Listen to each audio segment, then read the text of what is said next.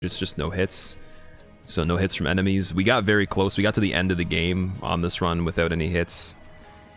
So we're trying to kind of get back to that level. I'll probably be rusty. I remember the route on this. The route's very easy to remember.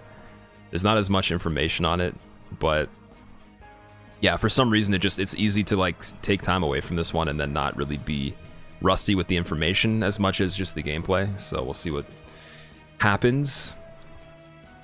And I think the splits are correct. Yeah, our PB on this is 2 hits at the moment. And apparently no one switched the info. So, okay, I'm going to completely clear the character raffle. And you guys that want to be the character for this run, enter. Everybody's off the list now, so you have to join again. And I also have to change that info.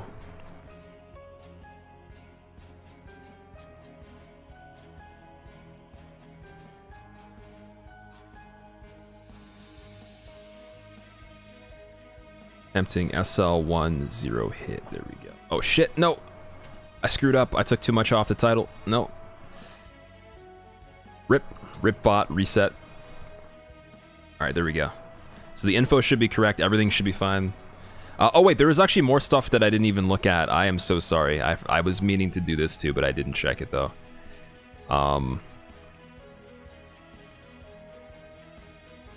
Okay, so Nash, Phosphonium, and Calorifear, thank you very much for the donations as well. I'm sorry that I didn't read those. I literally just, at the last second, remembered to check that.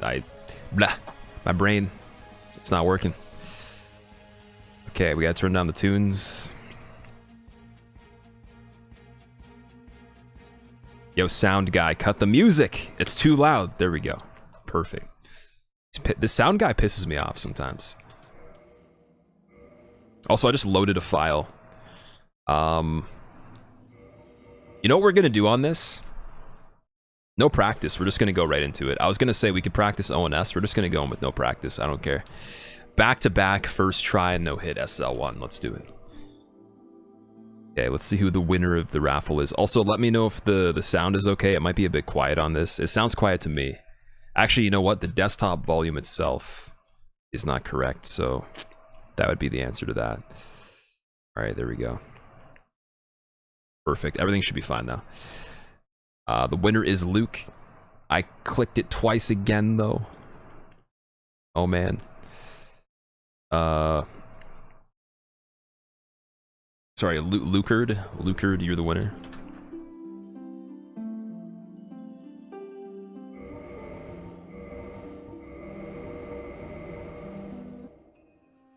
Is there a 0 damage DS1 run with all bosses? Yeah, Xenosum did 0 damage on DS1.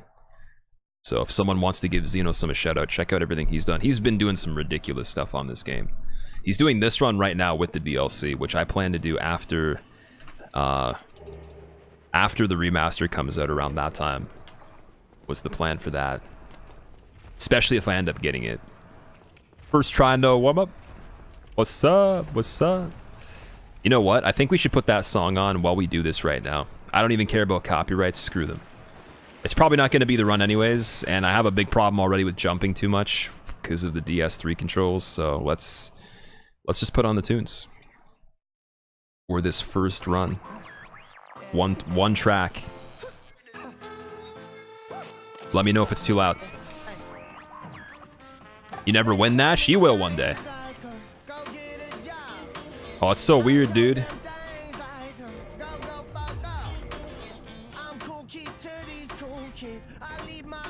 Gravelord Sword without getting hit? That'd be pretty weird. SL1 can't use Gravelord Sword.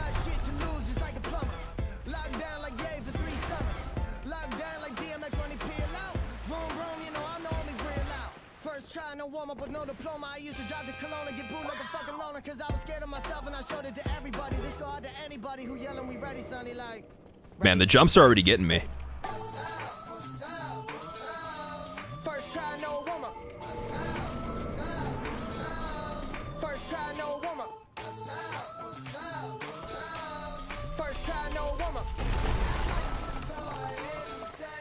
First try, no warm up. First try, no warm up.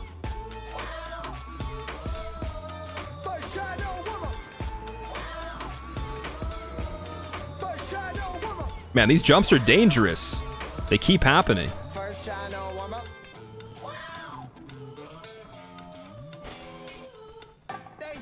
Ah!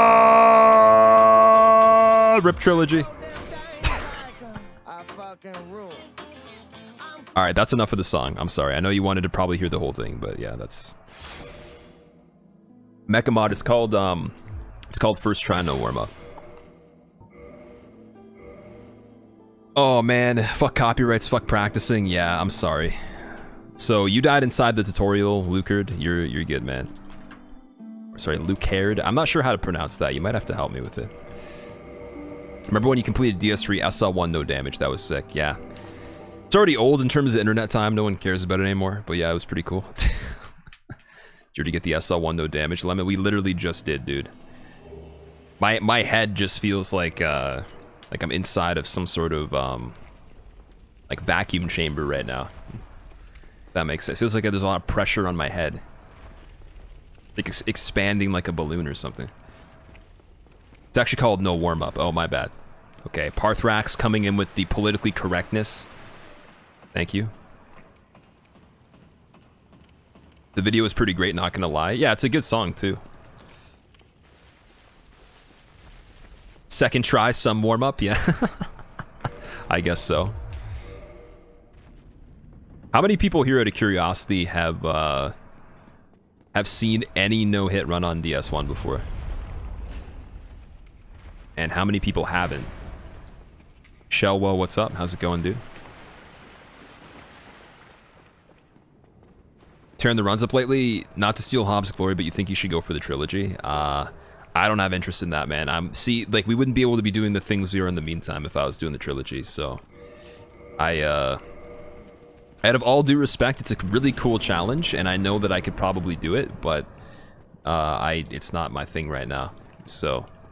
Maybe in the future, maybe things will change, like, long in the future, or... Maybe there'll be some sort of other marathon run that I think of that I would enjoy. With, like, the new games that FromSoft makes in the future, or other people's games, I don't know. We will see. Zuri, thank you for the good luck. Why am I not hitting the thing there? Yeah, this game just feels so weird right now to play, and I think it's because we instantly just switched into it after achieving on DS3. Like, I can understand back and forth having a day, like, you know, a day rest or whatever, or having that, like, little bit of time in between, but switching right into it's a little weird right now. I didn't expect to be jumping as much. Hey, these guys are triggering me. Just get out of the way. I want to make it out of the tutorial. That'd be the nice thing to do. I have a 2-hit PB and I'm playing like I have a 70-hit PB, so... Yeah. Lit, thank you for the congrats, man. I appreciate it. Also, welcome. First time seeing a no-hit run, be gentle, I'll try. You've watched Xeno before, gamer? Okay. Didn't until tonight, it was epic. I'm glad you liked it, man. Straight from watching Lobos play the new mod to you playing the OG. Oh, he's playing Prepare to Die, right? Yeah, I'm excited to do that. I'm not going to allow myself to until I beat this, though. Because this has been outstanding since last year, and we've just kind of sprinkled it in once in a while. I want to actually get this now. Oh, man. Do all 3 games with no hit back-to-back. Final? Yeah, he's doing the trilogy run at the moment. Definitely have to check that out. It's crazy. Good luck and Godspeed. Thanks, man. Any tips for Nameless? You're about to fight him and you suck, Darketh. For phase 1, I find it easier to not lock onto him because the camera can be pretty wonky, and you want to stay in front of the head of his dragon and hit it on the face. That's the most damage, and you'll also get a stagger if you hit it in front of its eyes. Lightning damage is really good on it in the first phase, and then I think fire or dark in the second part.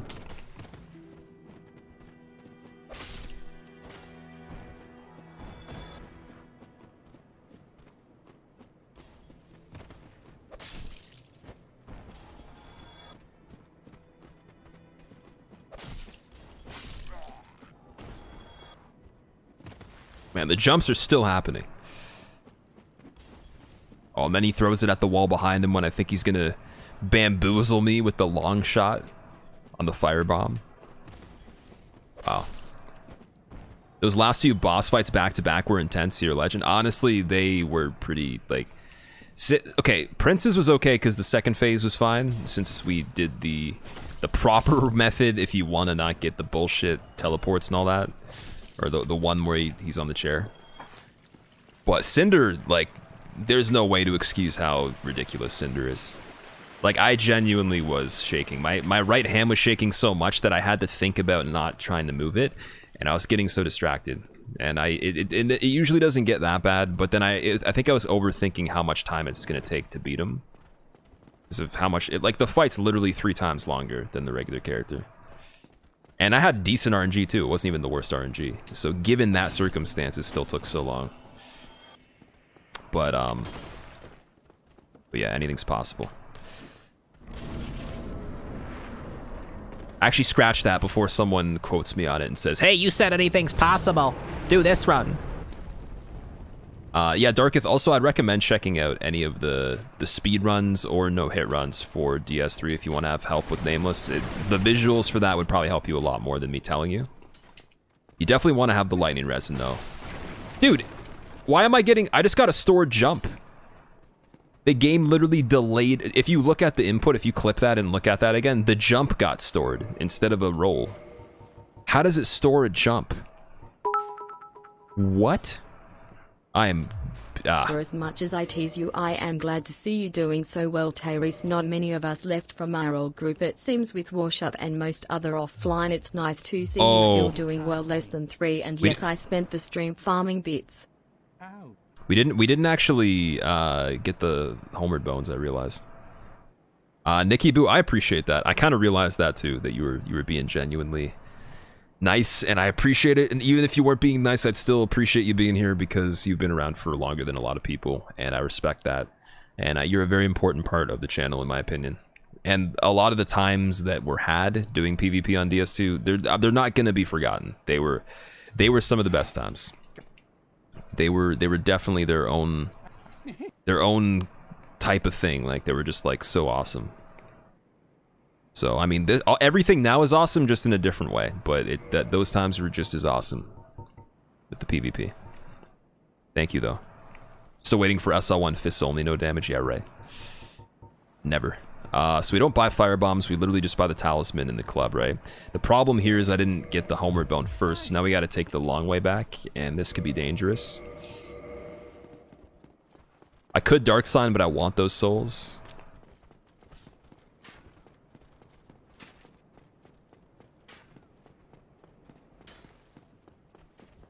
Okay, that's not gonna work too well.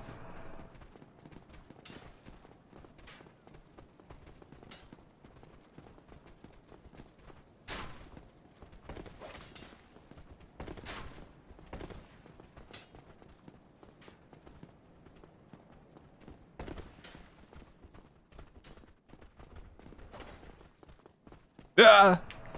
I thought he was gonna do the moon jump. Oh man, this is scaring me right now. How are we still alive on this? Oh god. Using fists on Soul of Cinder, then he heals up. Oh yeah, when you do really low damage on Cinder as well, you have that whole issue with the healing.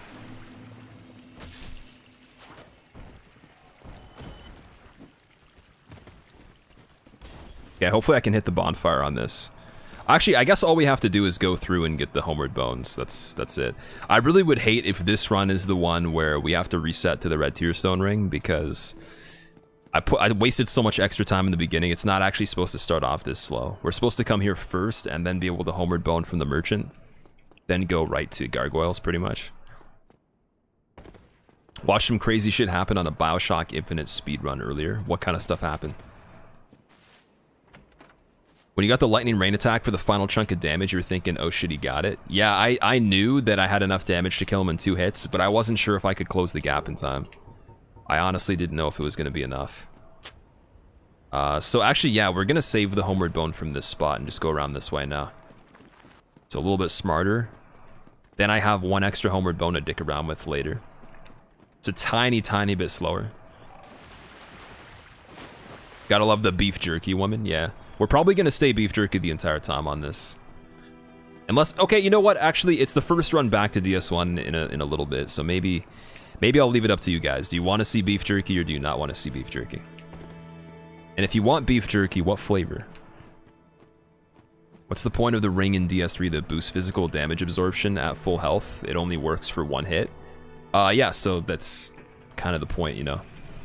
You get defense, but it has the downside of it is you have to have full health to get the full defense from it. So it's good to have on until you take a hit. Then I mean, like, if you would either heal back up again to have that bonus. It helps a lot on SL1. Because if something were to kill you in one hit, if you have full health and it would kill you in one hit, that ring would prevent you from getting killed in one hit sometimes. So you could have it for that. Or in PvP, from what I understand, people would take the rings, they'd switch them as soon as they got hit into another ring.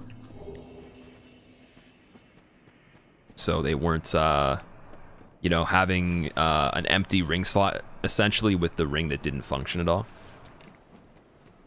Is bungee jumping lethal? Is this stream done now? He totally still trolled you and he's still going? Okay. Wait, is this the last day until he bungee jumps? Can your jerky be salted, please? Yeah, if you wanted to. I mean, all I have to do is just fail some runs and I'll cry tears of saltiness all over the character. You want the non-beef jerky? Alright. Senor wants it? So many people want it more than I thought. That's weird. You guys are all weird. Is this no damage or just SL1? This is no hits SL1, so no hits from enemies. I'm allowed to take environmental damage on this. I don't actually know how you would do no damage on SL1 for this, but it would be really hard to kill Gwyn. I think everything else would be fine. It would just be a pain in the ass for Gwyn. It'd probably be really, really hard for ONS as well. If it is possible, I will do it at some point. But I'm starting to, you know, starting off with this. Because it definitely is an upgrade from the other run that I did that was no hits on this game. Mainly because the quit outs aren't allowed and there's no use of like killing things with arrows. Like, I do kill things with arrows, not by the damage of it, but I knock some of the Painting Guardians off with them. That's the extent of that. Whereas on the other character, you could straight up kill enemies with arrows to make it easier. And I had quit outs and all that. Oh, one more stream after today, I see. Sentient, what's up? How are you? Danger Noodles and Sense Fortress are going to hit you with that snazzy lightning. The Danger Noodles. I don't think I've heard of it referred to as that before. Danger Noodles. Extra spicy. Kappa, what's up, man?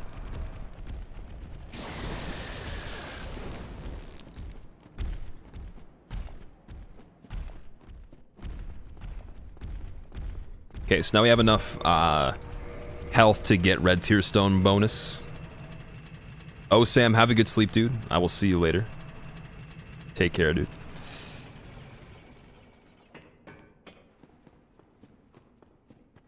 Are you allowed to die to gravity in this run? When the run finishes, I'm not going to be allowed to have any deaths other than the scripted death that you take from Seath when you have to go to the jail.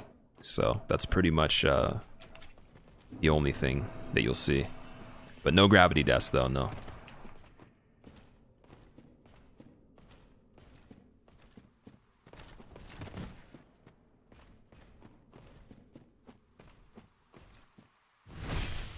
Am I gonna do plus DLC 0 damage too? Well, okay, so this is no hits, right? I might be able to figure out a way to do it 0 damage. If so, then I could try that. But I think the way we'll do it Hey is... kitties, I like turtles. They are fluffy. All of you matter to me. WD40, thank you for the 10 months in a row, man. Welcome back. I like turtles. I like them too, man. Okay, I didn't want to roll there. So yeah, basically the way I want to do it is I want to do this run, then once this one's done, when around the time the remaster is out, either after or in like the early days of it, whatever, I want to do SL1 plus the DLC with no hits, and then I'll think of the no damage with the 90%, because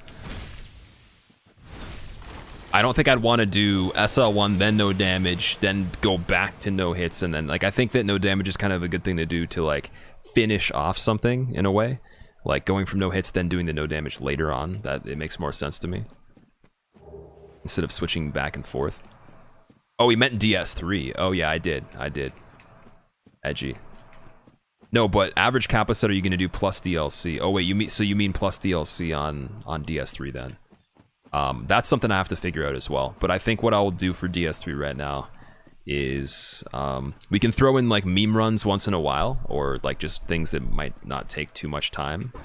And then I want to see if I enjoy the SL1 speedrun on it without the use of fair and skip. I want to see how that goes. Because so many people have mentioned that now, it's actually ridiculous. And it's not that I don't like SL1 speedruns, I love them, they were cool, but the problem was the fair and skip frustration and trying to get the record. And I feel like if I get close to the record and I don't have fair and skip, it's going to make me feel pressure to do it. But we'll go in with no expectation of time, we'll just see how it goes, and then work from there. Or maybe I'll just have to suck it up and actually like fair and skip somehow, even though that's like my sworn enemy, and I just screwed up the Titanite Lizard. But I can go back for that. That can be returned to. Turco, yeah, we literally just did, man, before this. Who's all hyped for DS Remastered, Hans? I'm hyped for the time. I hope a lot of people end up enjoying it and decide to get into the other Souls games. I think it'll expand the community a bit as well. So I'm excited for that more than the game, but more of like what the game offers for everyone. Oh, we also didn't pop the humanities, did we? Let me do that. I'm gonna at least pop the one, because that's normally what we'd have. Oh, it heals me though. Fuck. That's alright. We can set up our TSR again pretty quick.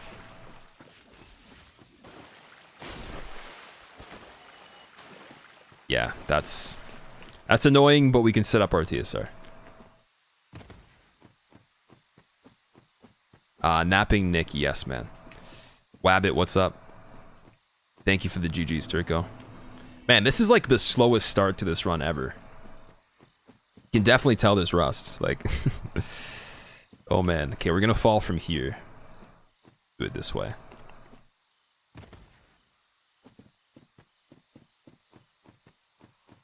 Maybe a bit higher up. I don't know. I don't want to slip off the edge and die, so.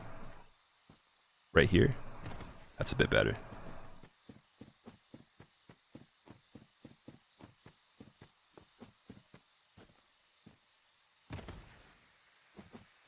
De-rust percent? I want to say that in the title, but at the same time, I might be able to get over the rustiness like immediately. Like once we just get into this run, I might be fine. I shouldn't be bad on the next one if this one gets a bit far, but yeah, like I said, I remember mostly everything I need to. I remember all the little important things that I was thinking of the last time I did it, but we didn't practice anything before going into it here. And normally on this run, I would practice Gwyn and ONS because they're rough, so I don't have expectations for it. I'm just gonna see how well we do. What is the best fruit? I don't have a favorite fruit, really. I like melons the most overall, any kind of melon. But I don't have like a single favorite. You gonna watch the VOD, Mato? Alright, I'm gonna put it into a video later anyways, if you're interested. It'll probably be there by tonight or tomorrow. But thank you for checking that out, man. Remember the days when achieving run was rare, but now you splice everywhere? I like how you're using splice as like, it's like a superpower or something. It's like you just splice the run. While live as well. Oh man. Okay, still no moss.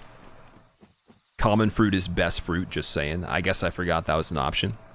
There is the common fruit. Gambit, have a good sleep, dude. Thank you for the good luck. Splice. We are going to splice it. Another stored roll right there as well. Why?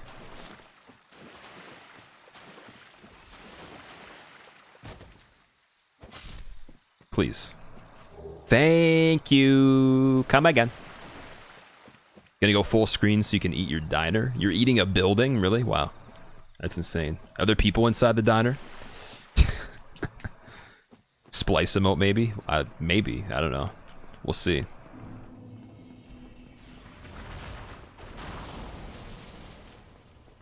I have no idea what the next emote's gonna be. No clue. Splicers where? Go, go, Splicer Rangers!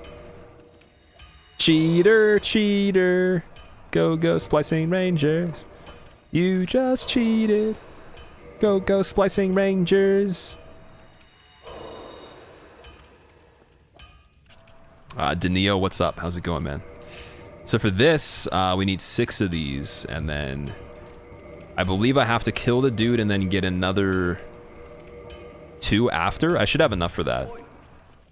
I remember I told myself, though, don't go to grab the soul that's over by the Hydra if I have,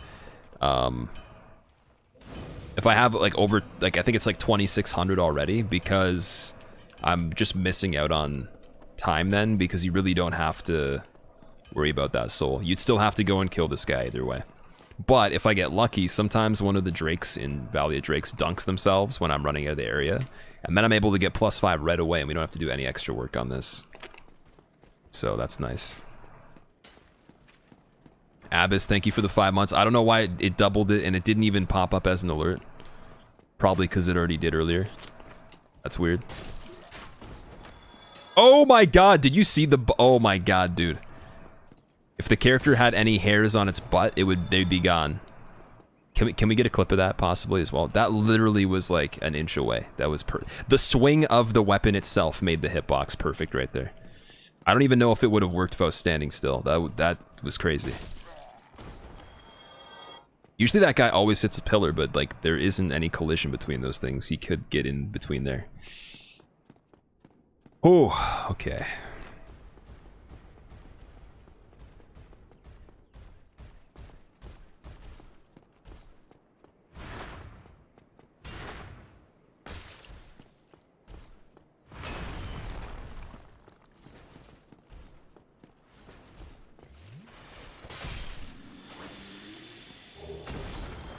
You could try to go to Pimule right now, Hands. Why would I go to Pimule right now, though? The real Abyss is in chat. Yes, indeed. Tamber King, welcome back. You had to refresh. You were way behind. I had that happen when we raided Milty. Or no, sorry, we didn't raid Milty. The person we hosted raided Milty. I think Evie raided Milty. And his stream was behind by like 5 minutes, and I refreshed and it didn't correct itself. It was just constantly behind by like 5 minutes or so. And then... after it just randomly caught up itself without refreshing, so it's kind of weird.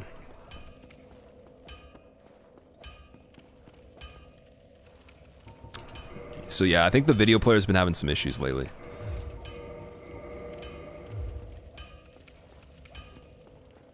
Seems pretty common these days at Twitch. Dude, there's so many people on Twitter that are just bashing Twitch for the... like for random, like I think the biggest deals are canceled subs that weren't like authorized. There's stuff with like people wanting to get emotes approved, and like just generally like emails of support complaints and all that, like people are complaining about. And it's kind of funny because I've never actually had a personal situation where I've been inconvenienced in any way to the degree that these people are like mentioning. So I just feel like I'm just sitting on the like the sidelines, just like looking in, being like, wow, that sucks, while just eating a snack, just like casually, just like munching on something. So, oh, that's pretty shitty. Ah, damn, too bad I can't really care about it because I don't really have these problems. But yeah, it's awkward.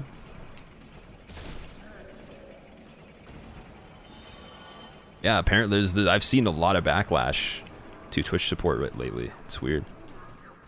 I don't think they can really, like, there's some things they just can't really do much about because they only have so many people working for them, right?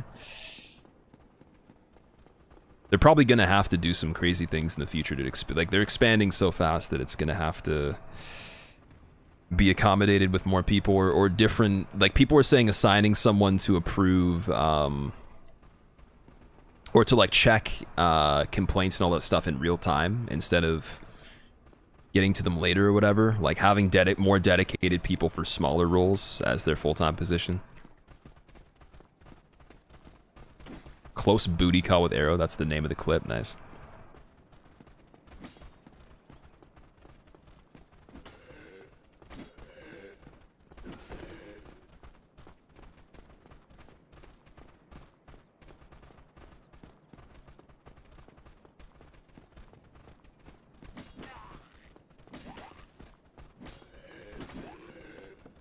Oh, wait, did we also grab Grass Crest and not throw it on yet? Wow, that was... I didn't even notice that. Yeah, there's mistakes have been made. Most definitely.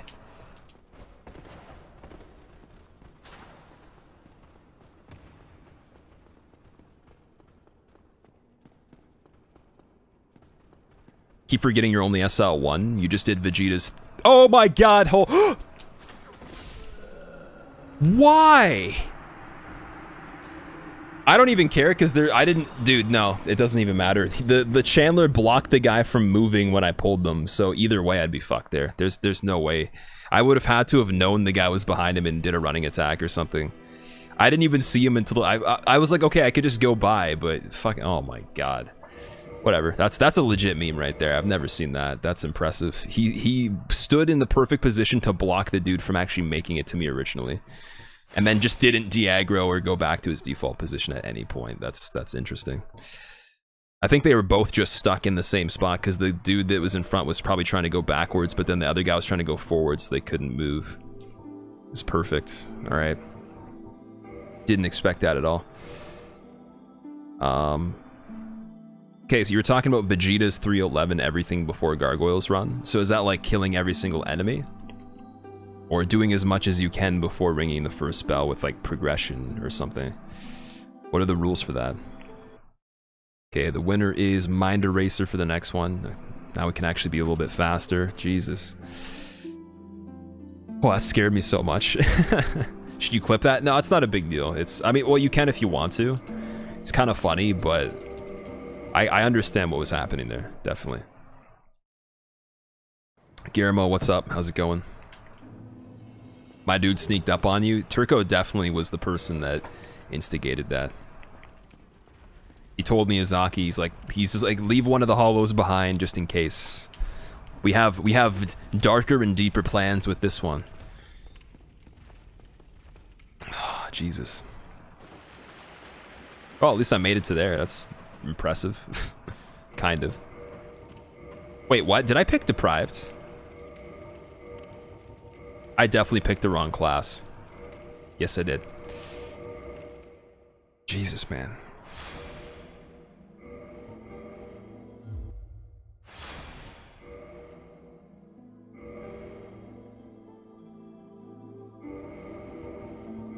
There we go.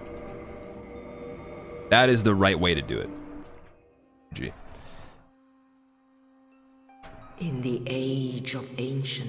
What's going on with the X button? Oh, it's because it's chroma keyed with a blue background, so the blue color of the button looks weird.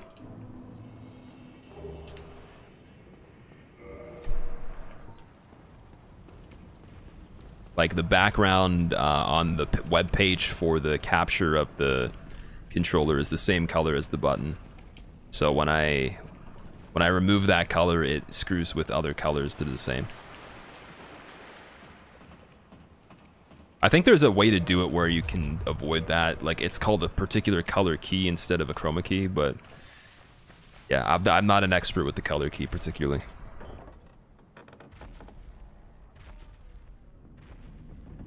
Pretty much progression, you fight 4 kings, Pimule, Sif, Capra, etc. before Gargoyles. Oh, I see.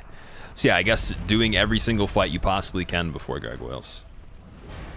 I didn't know that was like a recognized type of challenge or anything that people knew of. Like, I always used to do that anyways. Have I included the Cave Monkey video in any meme yet? Okay, the one that you had, the quality of it just doesn't kind of match up with the rest of the stuff. So I was wondering if you knew what time in the video, in the VOD of Outlasts, and which part it was in, so I could figure it out myself and just clip it again. Because I want it directly from the clip. The way I do it is I actually use the clip itself. I don't like re-record the clip. And yeah, the quality on yours it wasn't like unacceptable or anything, but it would just be kind of weird mixed in with all the other stuff, right? Maybe you whispered it to me. What, you whispered me another clip, or the one that you had made? Man, the problem I have with whispers is I don't actually scroll down to the ones that aren't visible anymore. Like, if they get pushed out of visibility, I don't go before the maximum that it shows before it cuts them off or anything. So I should probably go back to really old ones to see if I missed anything. You can do it? Oh, okay. Well, that's awesome then.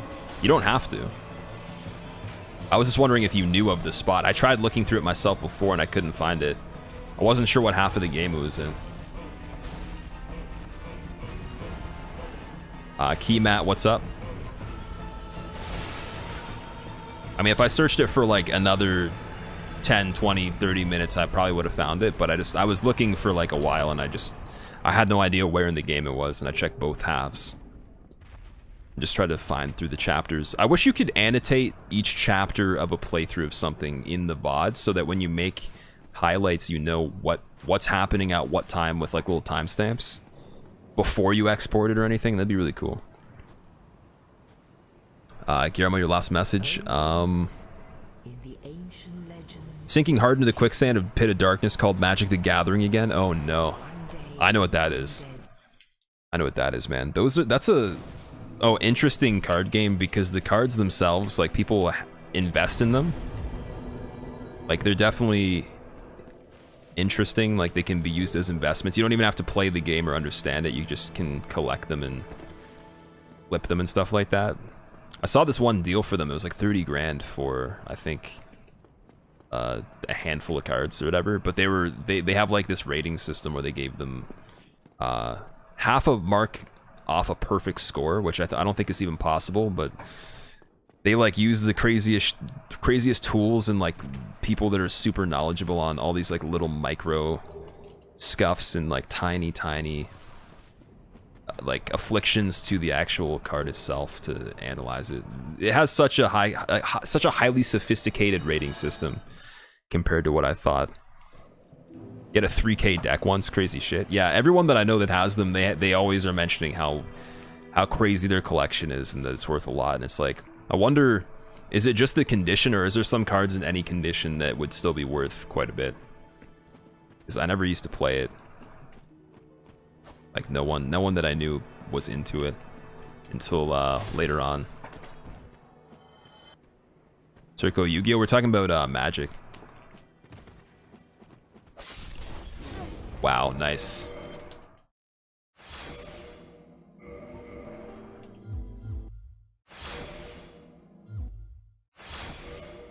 You need me to approve of this. Have you seen your whisper this time? I didn't see it pop up in chat, no. So that might be a problem. Maybe it's not working properly. But sometimes they don't show up in chat for me, and I see them in the actual box of whispers later. I just don't have the whisper box open because I don't really have space to look at it while doing all this stuff. Soon enough, though, I'm gonna have enough display room where I can actually see more than just the scrubby stuff I can see now. You sold 3 rare magic cards 2 years ago for 150 pounds. That's not bad, man. That's pretty crazy. Considering it's just pieces of, you know, paper, pretty much. That's pretty interesting. Okay, there's something that's on my screen right now that will not leave it. And it... Oh, now it's gone. Okay. That's so weird, dude. When I have my cursor in chat, you can like hover over different options in chat and it'll say like purge, ban, whatever, all these different things, and those boxes appear on the screen where my game is if my cursor goes over to where the game is sometimes. And I have no idea. And the box just stayed there without the cursor even being there. It's like in the middle of it. Highly sought after and competitive for decks. Old cards that didn't get a reprint go over $100, $200 a card. That's pretty good, man. And that has nothing to do with the quality at all. Like, they don't have to be in any kind of shape particularly. Veg, you got chat reopened. Was it not opening for you? Alpha Lotus goes for 10,000 by itself. That's pretty insane. Yeah, I don't know if there's ever been a card game that has values that high for anything at this point, but it's impressive, man.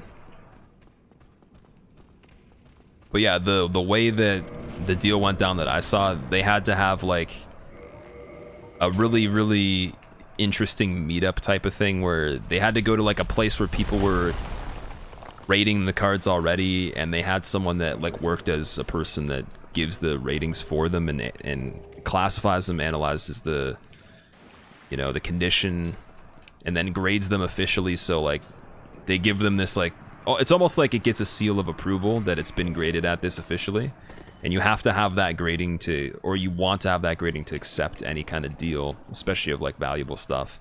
And then they had to have like, they had to have like their bankers and shit on the phone and stuff like that. And they're at like, it looked like a legit business deal. It was really funny. And I think the lady used the money to down pay a house or something with the cards. I was like, what?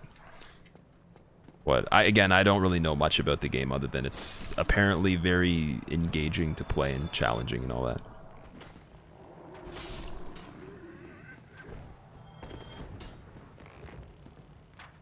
Gonna take a nap, Mizu-chan? Alright, have a good nap. I will see you later. The whispers are broken, you did it on Discord. Okay, I'll be able to see the Discord. Tis easy, I'm doing good, how are you? You have to be mint condition for that cost? Isn't there like a rating of 9 or higher where it's pretty much the best you get, or are there perfect rated cards? Because they were mentioning in the thing I watched that even if someone didn't touch it with their fingers, that in the package themselves they could have inconsistencies from being manufactured that would give them a lower rating without you even doing anything to them. Or something with opening the package the way it goes, like you have to be careful of not ruining it. I don't know. How's the DS1's runs been going? Guessing you got the DS3 when you were away. I did, yeah. You missed it, Vandal.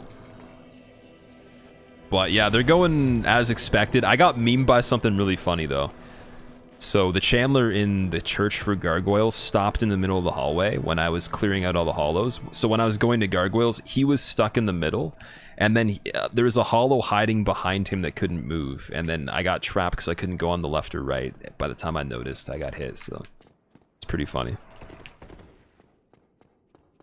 Literally the only time I've seen that before. But like I said, it's probably because they both, like the Chandler's job, if he's not aggroing me, is to like walk back to his default. But then the Hollow's idea would be to go forward. So they must have just got stuck on each other. You're doing good, Tis Easy. Your favorite Souls game. I'm assuming you're excited for the remaster. That thick. Thick. I can't even say it. Faraz used to say it so well. I don't know how to say the word thick properly. Okay, are you done attacking? Yes.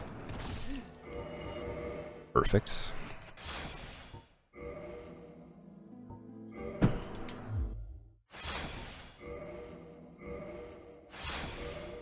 Yeah, my menus are even rusty on this. Holy shit. Oh, man. Memes, yeah.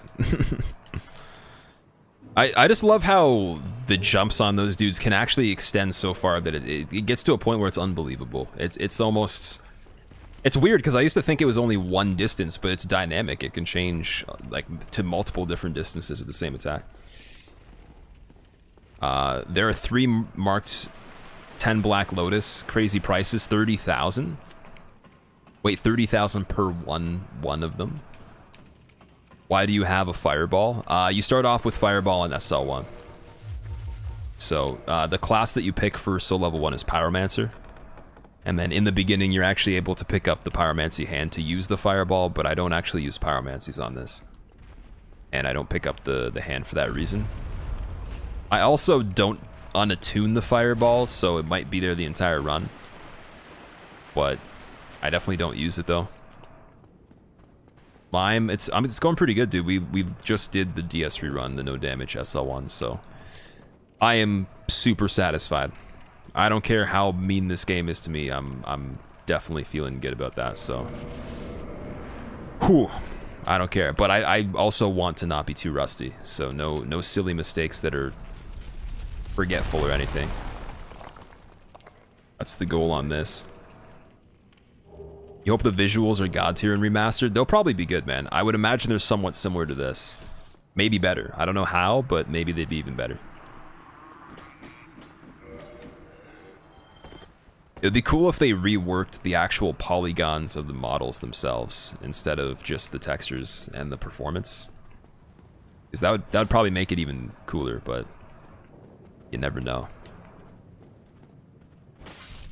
The thing you have to base it off of is the people that remastered it worked on Injustice 2 for PC, and they worked on Dragon's Dogma remasters, so you can only draw conclusions from that stuff if you wanted to know what you can expect changing. It's almost like you can use those as examples, and Dragon's Dogma did have a decent amount of stuff that was a lot cooler, but like, did they really remake any aspects of it? I don't know enough about the game to understand if they did or not, but if anyone played it and played the original, I'm curious if they really made any differences with it.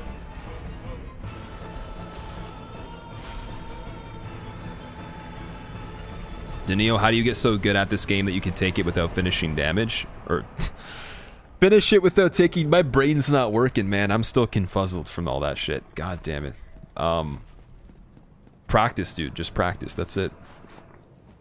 There's definitely a lot of runs that are possible, but very unlikely unless you practice your ass off, but you just gotta commit to it. That might mean not playing other games as much, or at all. Imagine if it was done by Bluepoint. Bluepoint did the Shadow remake, right? Gorgulho, welcome back. Oh wait, we're going this way this time.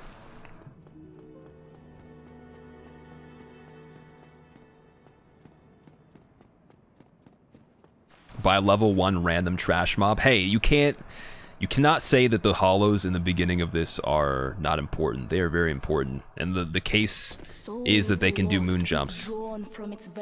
So they've earned their place. Let strength be granted so the world might be mended. Everything else they do is subpar, but they do moon jumps though. So it makes them infinitely more dangerous and respected. I've grown so much more respect for the most basic enemy in the beginning of this than I had before. Bacon, thank you for the 11 months in a row, man. Welcome back. One more until you hit that year. What are your plans? Are you making some sort of escape plan from the stream and never coming back again? Are you going to take a vacation? Are you going to pop some champagne and celebrate and stuff like that? Or what are you going to do? How are you going to handle your victory? Imagine if it was Demon Souls instead. Oh, wow. Imagine the entire time they marketed it as DS1, and then it's just like, yeah, it's actually Demon Souls. We lied.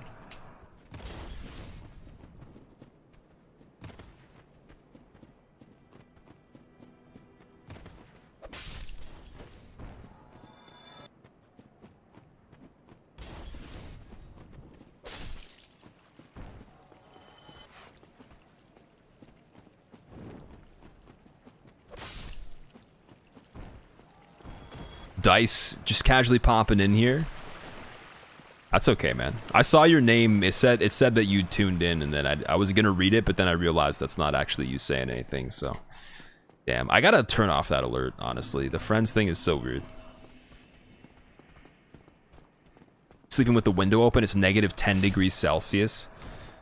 Why is she sleeping with the window open then? That's ridiculous, man. Is Demon Souls bad? No, it's not bad. It's the case that people want that to be remastered too, right? It'd be funny. I was just saying it'd be funny if they ended up actually remastering Demon Souls, but they lied and they just said that it was DS1. I'd be more happy if that was the case, but only because I have minimal time in Demon Souls, minimal things done in it. And I think it actually needs the remaster more than this, but this also does need it too. Definitely. Thank you, Kai. Okay, let me check that I got the club properly. I'm not sure. Sometimes it doesn't look like it actually got purchased. You bought the hoodie, you're locked in for life. Oh yeah, I remember that. Are you still enjoying it? The one that I have is still perfect, man. The print on it hasn't faded at all. The fabric is still really nice. It didn't shrink that much either. It's been really nice the entire time. I think if I ever did any other ones, though, I'd make them very, very high quality. I'd make sure it was, like, the best possible kind of just material, or wherever they're getting the fabric from, and the print would have to just be excellent. And I think that Designed by Humans already does all that stuff better than Teespring anyways. No offense, not throwing shade out there. In my personal experience comparing both products, one from the other, they definitely, DBH does seem a lot better. How old is Dark Souls 1? This came out in, I think, November 2011 or something. So like 6.5. Over 6 years. Over 6 years, definitely. Splice to damn. Cobster, take care, man. Thank you for the congrats, by the way. Yeah, you actually got to catch it. There you go. Your Audi 5000. Wow, that's cringy. For anyone that doesn't follow Cobster, check his stream out. He does play the Souls. He's actually returned to no-hit runs on DS3. I'm not sure if that's what he's streaming tonight, but you do want to catch all that. He also did a shoe-on head deathless as well, because he's a lunatic. You can't trust him, he's not predictable. Sinalco, what's up, dude? Is SL1, DS1 no damage impossible due to fall damage and Duke's Archives, or is there a way to avoid this? You can actually attune one spell at a time on SL1, and you can get the spell Fall Control. I just don't know where you get it. So I'd have to look at where the location of it is and see if there's fall damage that you have to take before getting to it. You probably could get to it without fall damage. I would imagine SL1 0 damage is possible, to answer your question. But you'd have to get Spook. And... or Cat Ring, maybe? Cat Ring might help on it. Forgot about that. Although the Cat Ring's kind of annoying, because you'd want to have 2 other rings in areas at some points. And you wouldn't want the ring slot to be taken up.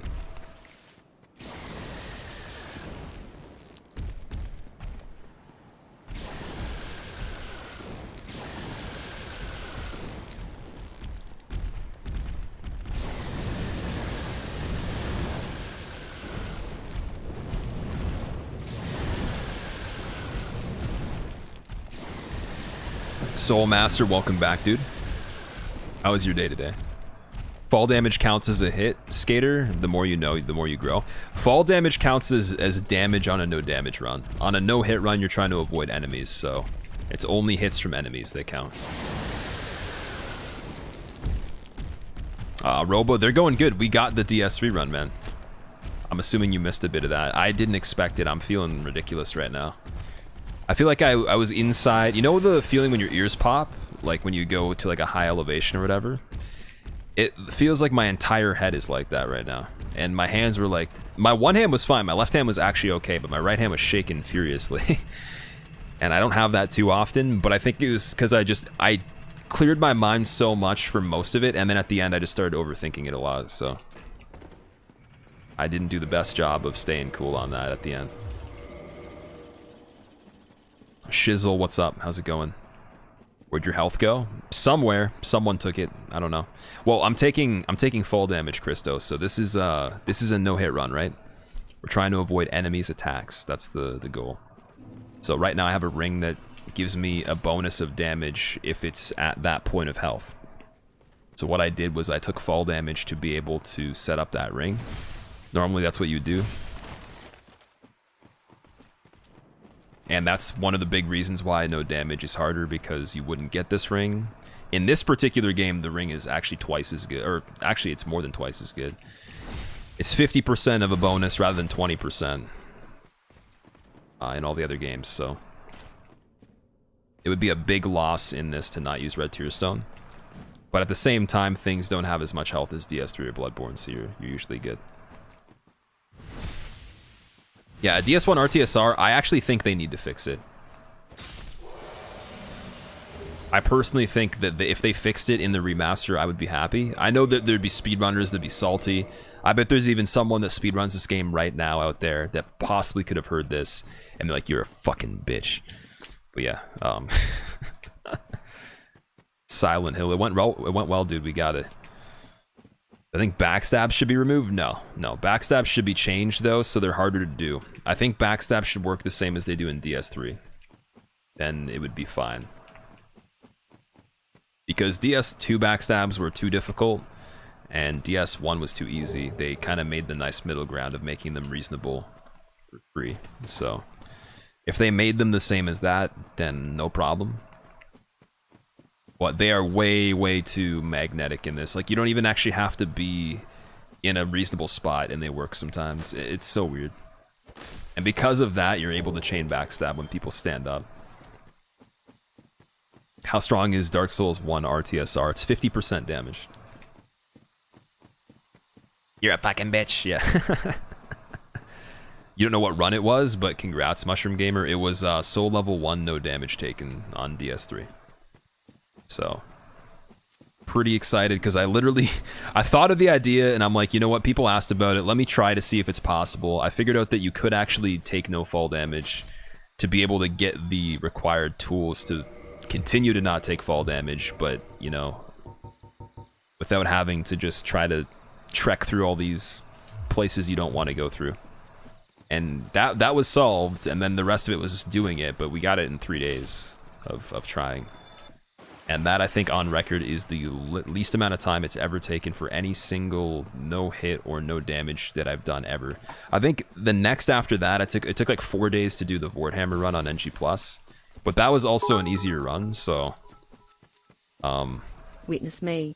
I don't know, it was not the same thing. It's definitely a bit easier. But still, yeah, I don't know. I'm definitely happy about that. Kedorja, witness me. You may approach me. Insert clapping here. Is it on YouTube yet? We literally just did it. It will be on the YouTubes in the next day. Definitely. That's excessive.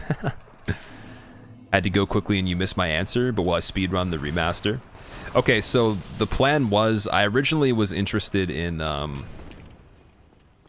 doing like the improved version of this run with all the content, all the DLC on DS1. So after we got that run, if I played that run on the remaster, then the next thing I would probably do is an any % speedrun, because it was suggested to me as the more preferable speedrun on DS1.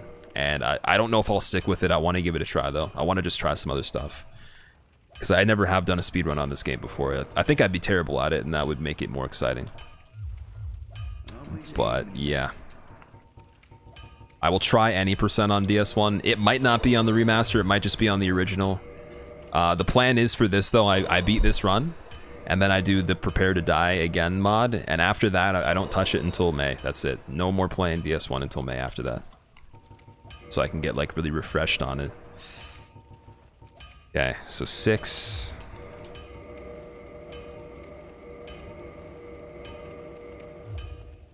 What happened to the Dancer Sword run, Polly? That's another thing that's still there, that we got down to like, what, like 6 or 7 hits on that, and then what happened with that? Oh yeah, I think it was the files didn't work anymore, so I didn't want to have to reset it up again. But yeah, that's another run we can do. We can do those. And I was thinking we can do those in between the speed runs. If the speed runs on current patch, it'd be a lot easier to do that. So that's why I was asking you guys, do you know if the SL1 speed run for DS3 is on current patch? I really hope it is. That would be nice. Then you don't have to worry about any kind of, you know, switching the versions or anything like that. Favorite boss in DS1? Yours, Sartorius? Same, man. Actually, I have an FAQ command that says the favorite boss for every game, if you're interested. Yeah, right. Don't even think you can get away with that this time, bro. Not even close. Was the no-hit last night or today, Chariot? The no damage run? That was literally before we started playing this, so, like, in the first half of the stream. Probably an hour and a half ago.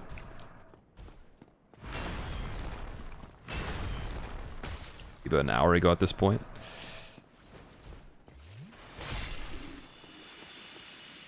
Broken straight sword run, please. Oh my god. I remember seeing Nems do a speed run with a broken sword and thinking it was so silly, but he actually got through it really fast too. Because you would assume that, like, that's how you know Nems is just really good, because you could be a speedrunner and be fast, but if you don't have any damage, you might feel lost and then just not do good at all. He beat Broken Sword in like I want to say it was under 3 hours or something, but it was so quick. I was like, what are you doing? Have I ever done a heavy roll run, J-Stone? I haven't actually done that before, no. It is another idea, though. I think it'd be pretty funny. Oh yeah, there's also that other thing that was kind of mentioned alongside the SL1 zero damage. I was thinking of, and we talked about it yesterday, how would you be able to do a no-hit run without items at all? Like, without any kind of consumables. So anything that's on this slot in general. I wonder what the possibility of that is. The problem I have with that is I fear that if I started it and you could do it, but it was like maybe only 30% of the time you'd survive in certain areas, that it wouldn't really be that fun because it'd be so random. But I would enjoy trying to find a method to somehow not have to use skulls or any buffs or anything like that at some point. We could also make it zero damage as well, because I wouldn't be able to use Estus to heal after having RTSR anyways, right? Or, maybe I could still use RTSR, but yeah, I probably would still have to use RTSR, but it would be tricky because if I screwed up the setup for it, I wouldn't be able to heal, and then I might actually have to end the run because of that. Unless I homered boned or something. Oh no, but I couldn't homer bone though either. That's another. See, it would create so many crazy things by removing all that stuff. Did a lot of DS3 meme speedruns, Dancer Sword only special attack. I saw that one with the Yorm fight where he's just spinning around trying to hit him in the foot. That was pretty funny. Power stancing broken straight sword with bleed and poison for permanent stun lock. In DS2? I don't remember that. I don't even think I heard of that. That's weird. Broken ladle, 0 damage in DS2. Oh man. I'm definitely, I don't know, I feel like I want to play DS2 again, but I don't want to play just anything on it. I want to do like a serious challenge on it. I've wanted to go back to it for the past, like, I don't know, I've been thinking about it over the past week. Because no one's really doing anything on it right now, and yeah, I don't know. I also mentioned a while ago that it would be cool to figure out how to do like the no damage on DS2, but don't do it with magic, like so magic is banned. Personally, I still think it would be easier to do it with no damage without magic, but Otstarva did his run with a lot of that, and I'd have to have some things kind of similar to the routing of that, but just not using any of the spells. So I wonder.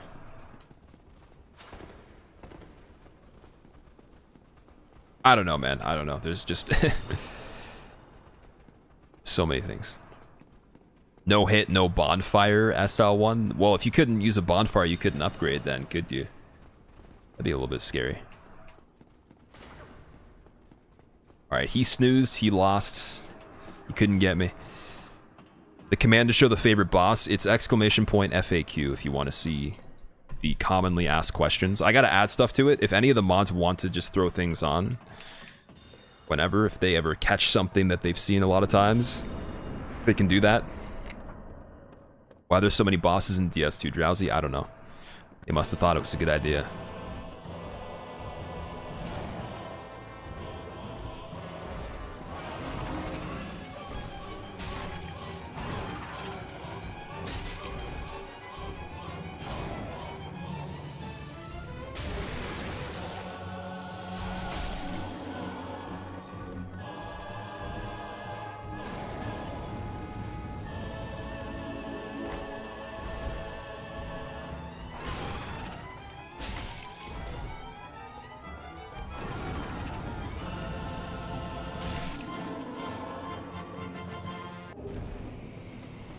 I love how anticlimactic that music is when it ends.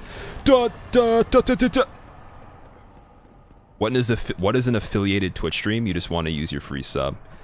An affiliate is someone that is monetizing their content by having a subscription button, but is not under a partner contract. So it's a lesser contract than having a partnership.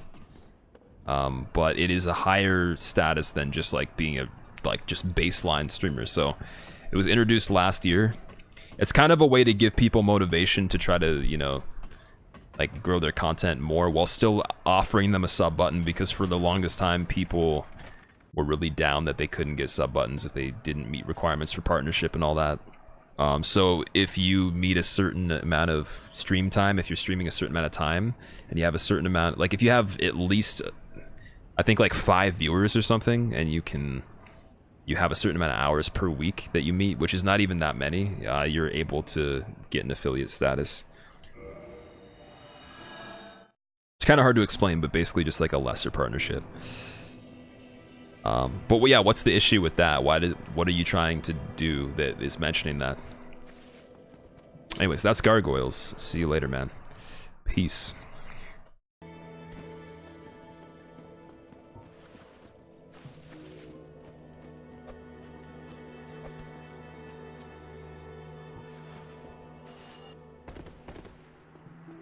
Do I like Ornstein and Smo OST? I'm not a huge fan of it, really. I mean, it's not bad. It's a better OST than a lot of the music in this. Because some of the music in this is just too much, like, trumpet and just kind of, like, marching band sounds, like Demon Souls. But, yeah, like, the composition of the ONS track is really good. It's just, it's definitely not my favorite OST. There's a lot going on in it. It's very, like, hectic and stuff.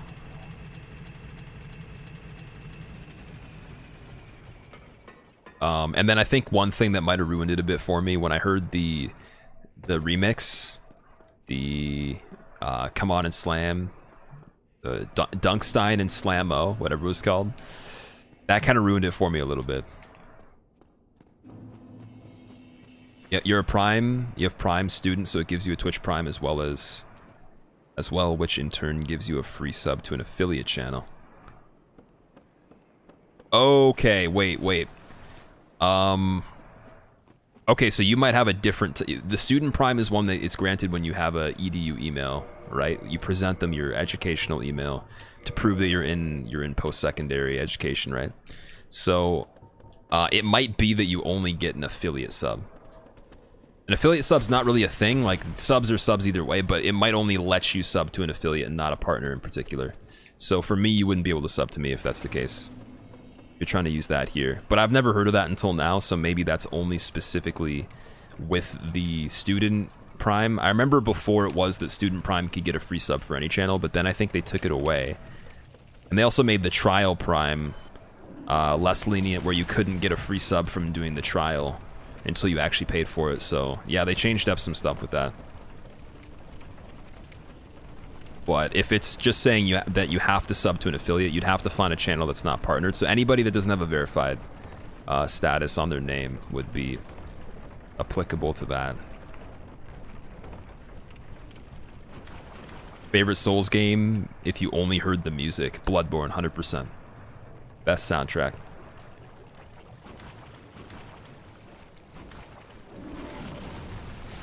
Habit, what's up? How's it going, dude? Oh wait, let me get super hype about this, because I feel like I haven't been hype enough when you're around lately. Yo, sup, dudes? Going on, Habit Swamp Gang? How are you doing today? Welcome. Edible Magic, what's up? Sorry, that was a little bit too much. I probably lost a year of life by doing that too, at least. Blighttown's so classic. Blighttown that's not actually in 10 frames per second. Imagine that. Apparently it exists. It's a real thing. Cringe. Oh man.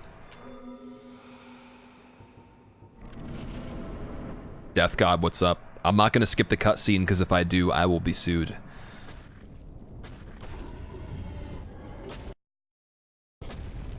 Wait, I want to try to find something quick. Let me...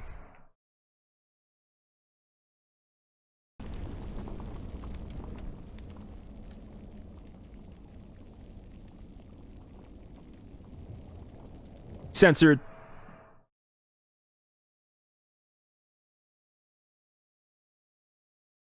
This programming is not PG. This programming is 18A. All right, there you go. I just ruined it for everyone anyways, so rip.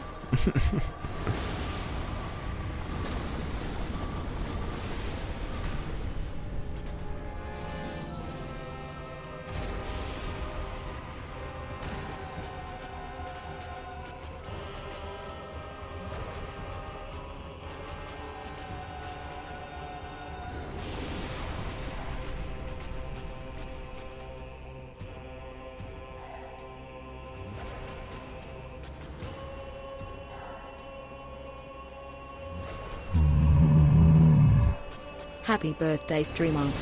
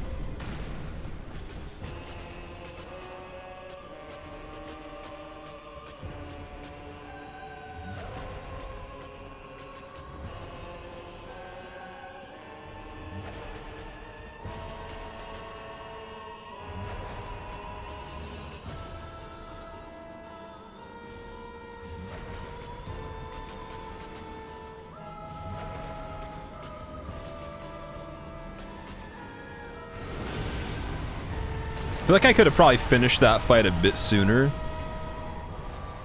But either way, it works. Vacuous Nom, welcome back. What's up, man? Also, anytime I tab out of this, if I click back on chat to scroll, the sound gets cut because of the borderless windowed mode, just to let you know. Favorite boss in DS2, Christo, King's Pets. It says in that command, it says in the FAQ command.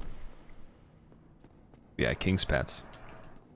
Did I see that Bloodborne's on PS Plus lineup? You're gonna give it a try, Cypher? I did see that. That's a really good deal. But if you think about it, who in their right mind would own a PS4 and not have that game if they were a fan of this kind of stuff? I think it's good for people, like, Tokare said it earlier. He said it was good for, like, introducing new people to it. Like, that's a genuinely good idea for anyone that's not played it, but at the same time, I don't know. That might actually possibly be the best value you ever have had the chance to get on PS Plus. I don't think there's been a better game that's been on it. In terms of, like, the replay value, the amount of content you're getting, it's... I don't know, Sleeping Dogs was, like, my #1 pick for the best free game that they had. Because it had so many hours in it and stuff, it was perfect, but it's still, I think Bloodborne's better than that.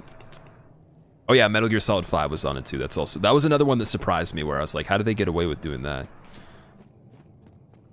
And it's interesting because Bloodborne's definitely more popular than, at least now with people playing stuff, I would say Bloodborne has more relevance still than Metal Gear Solid 5.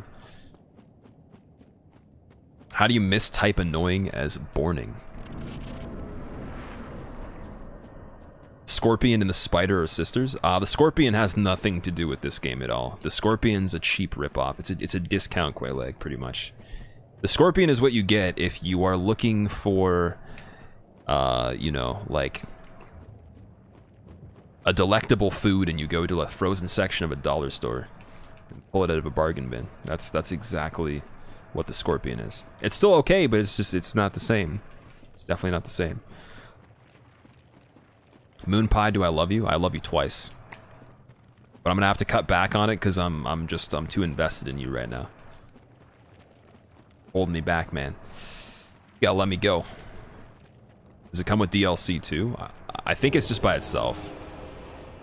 That'd be insane if it came with DLC. If it came with DLC, I would literally go on to like a street and just have a sign yelling saying, if you don't get this right now, you are actually stupid. I'd be very motivated to do things like that and just talk about it nonstop. Even though I already have it and stuff, but yeah, I would. It's a good deal. Doesn't care about your resub, Kella. Oh, I'm sorry, dude. I didn't see it. It was during the fight, wasn't it? I scrolled up, but I didn't catch it though. Give me a moment.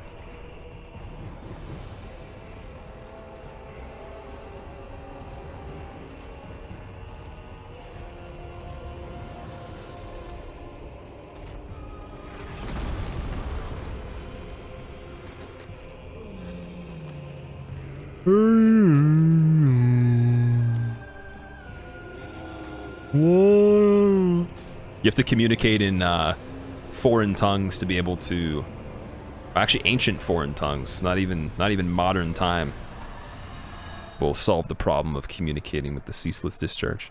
He said he was feeling pretty shitty though. I feel bad that I knocked him off the ledge. He said he was sick or he had like the flu or something. I just like sent him into the pit of the abyss. Be granted so the world might be mended.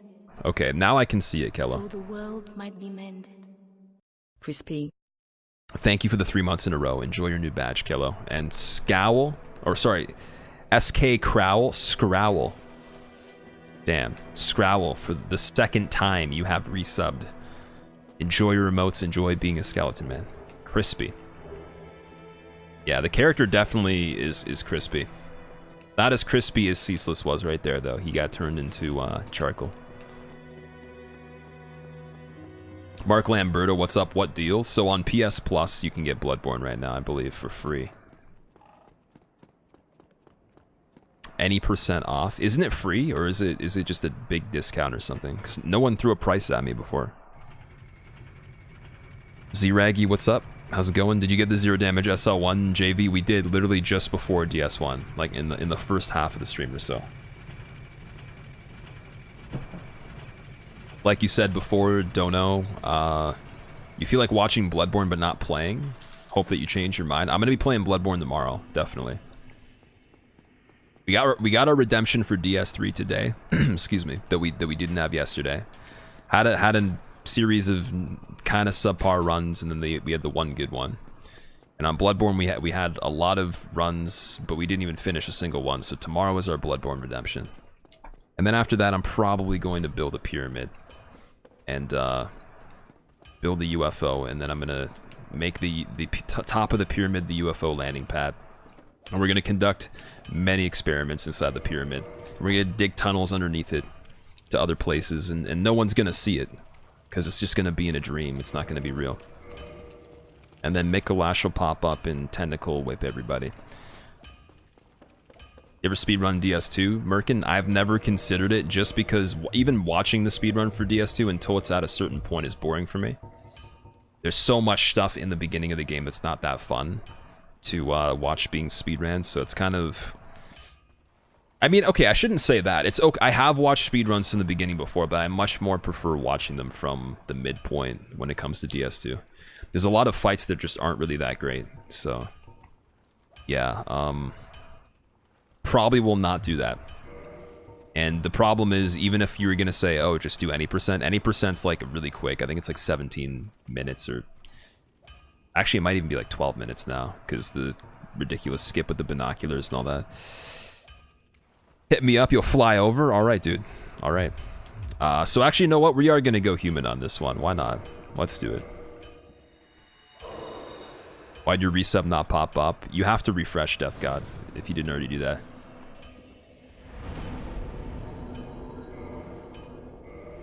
If someone here were to buy a PS4 only for great games that aren't on PC, Bloodborne, SOTC, what else? God of War 4 coming out soon.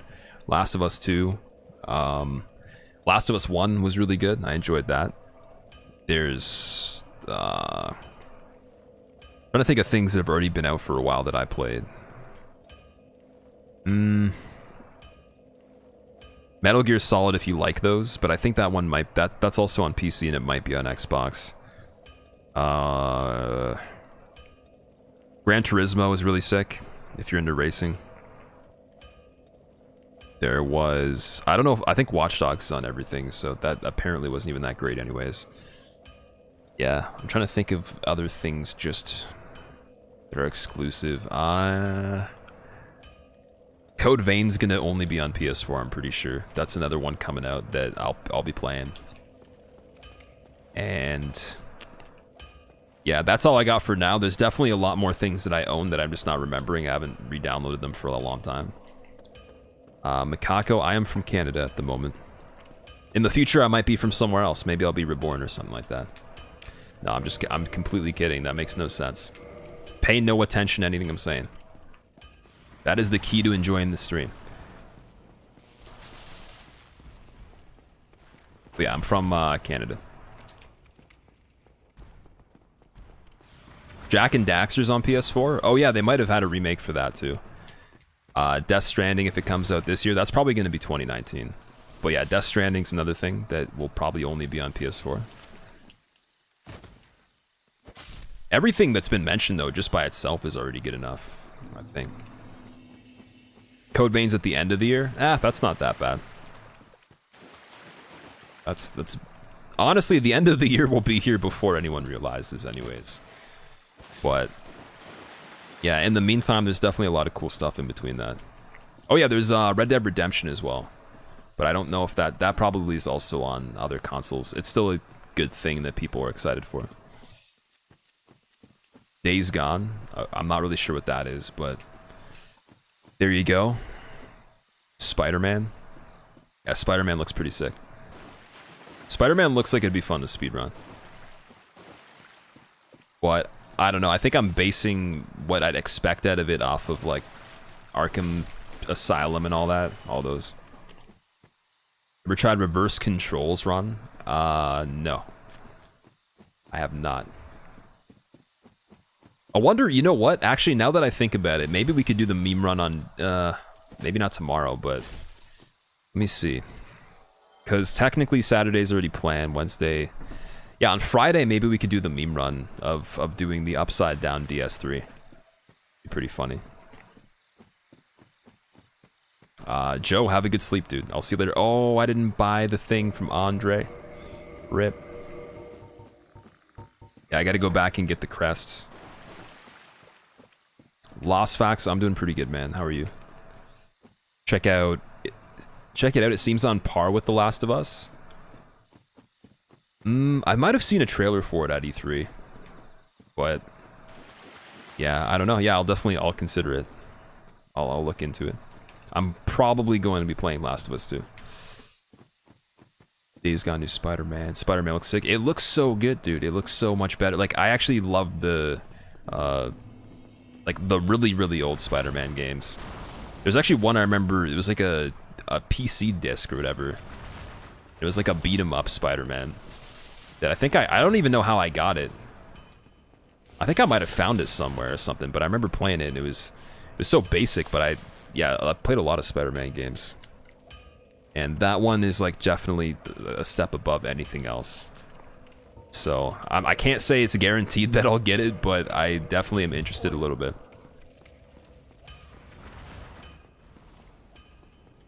Only good one was Web of Shadows, let's be honest. Yeah, I mean, a lot of the ones I played, I do admit they were not the greatest, but they were fun, though. Don't get a PS4 Pro until you have a 4K TV. The Pro has benefits, though, if you want the boost mode, right? Like, you could still use that for better performance on stuff. Because you have to think half the time people might not even use the 4K mode at all. They might use instead of improving the quality, improve the performance.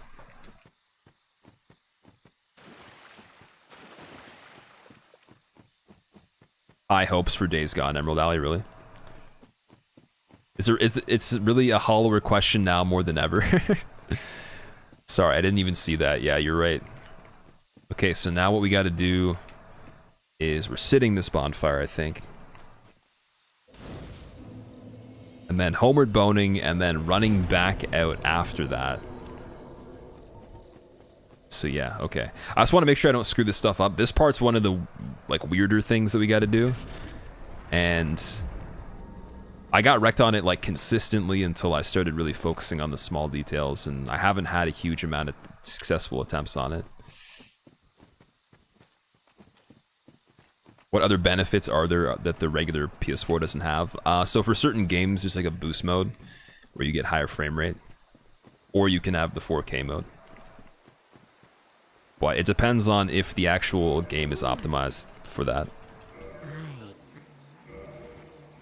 Which is better, bacon or Canadian bacon? Honestly, Canadian bacon's just like, it's really thick cut, right? Or it's just giant cuts.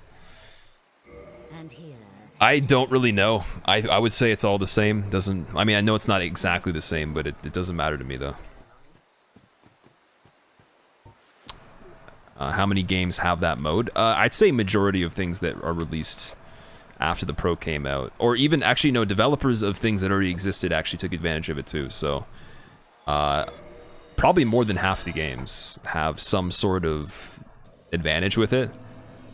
Maybe not the boost though, maybe not just the frame rate, but also the 4K, so you may have a point with that.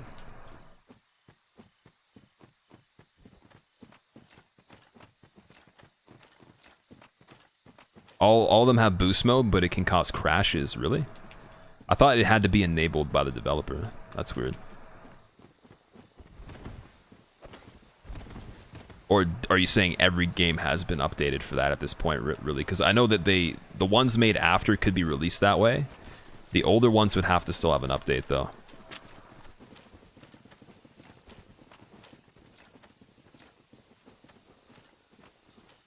Alright, that's perfect. I think that's perfect.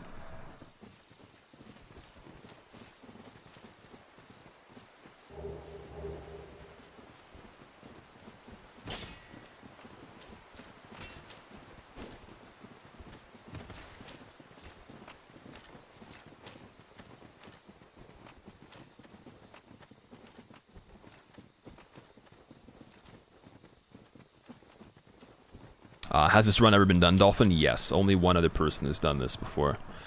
So if anyone that is a mod here wants to give a shout out to Xenosum once again, you might actually, I don't think he's here right now, he's probably streaming, but he's here from time to time. Definitely got to follow him. And now we have a weird situation because this guy's still chasing me.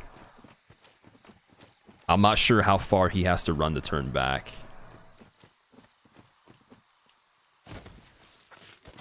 Hopefully fairly far.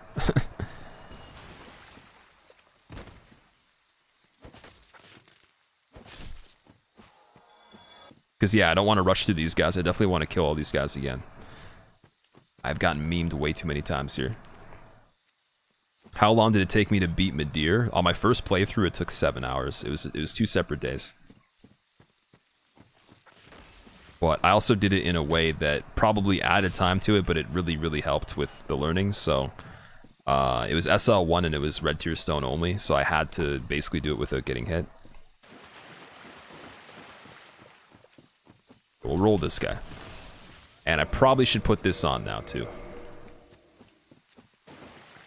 Are you using Grass Crest Shield? Why does it look so odd, Derp King? I have a texture on it. It's called Darker Grass Crest Shield. So every environmental surface is retextured with a higher quality version, and then the shield itself has a different texture as well. Because why not, you know? Can you get 60 FPS with the Pro on Bloodborne? No, what it does is it just stabilizes the already existing 30 FPS, but it does it pretty well though. I will admit, I actually got to play Bloodborne on a Pro, and the thing about it for me that I enjoyed the most, the colors just looked insane. Like, there was so much more color where I didn't even notice it before, and I knew it wasn't just the display itself. Like, there was definitely a lot more sharpness in the contrast between colors. Like, things just popped a lot more. And it did actually look a lot different. It didn't look the same as when I would play it. So, yeah, you wouldn't be getting 60 FPS though. It wouldn't do that.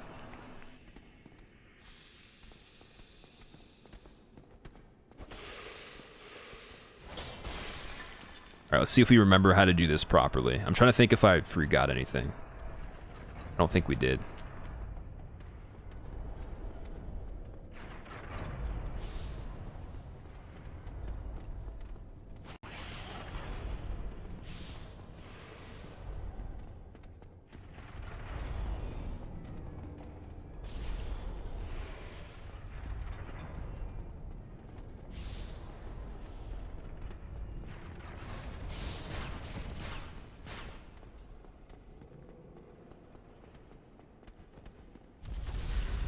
I feel like I'm being chased by the one serpent right now. Okay, I'm not. I heard footsteps, though. Okay, maybe it's my own character. That was freaking me out. Jesus.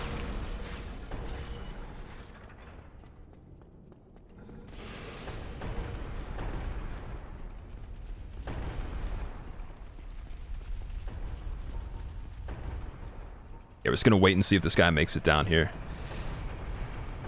So someone made a call out. They said that I would die in Sens, or that I'd get hit in Sens. We're halfway there right now.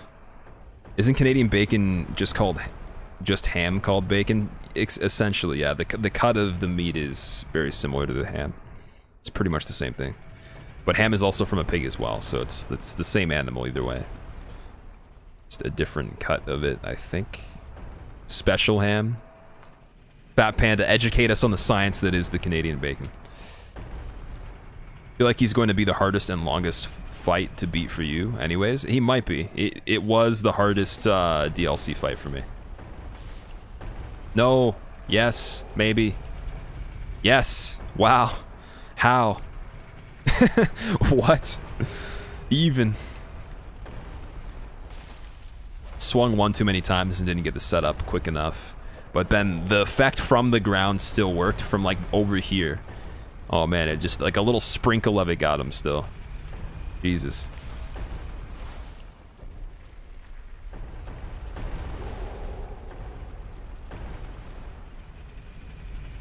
Dolphin? No, I didn't.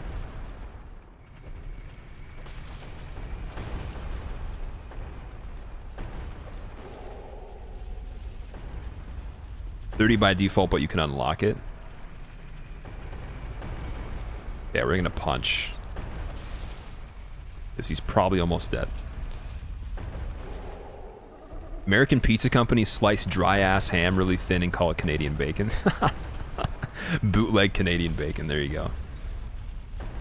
Well, I mean, if it's not even being imported from Canada or, like, obtained in Canada, it's technically American-Canadian fake bacon, right?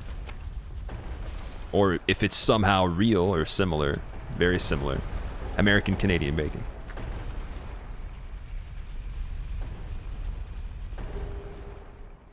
You lost TP. Lychin, what is TP? Lost TP. Is DS on PC 60 FPS? Core, it can be made 60 FPS, not by default though. There's a mod that's called DS Fix that allows you to increase the quality of it, basically, so that is what you're seeing. Life points? Oh, yeah, I'm not doing a no damage run. This is a no hit run, so I can't be touched by an enemy. I'm allowed to take damage from falling, so that's what the damage is from. I haven't been touched by an enemy, though. Okay, so I think that, yeah, everything is in order here. There's something to remember about the next part, in where if the Cobra walks forward, I might actually want a homeward bone, or I guess technically I wouldn't even have enough time to do that. I'm going to want to be very perceptive of what's behind me if I get past her, because it'll screw up the time.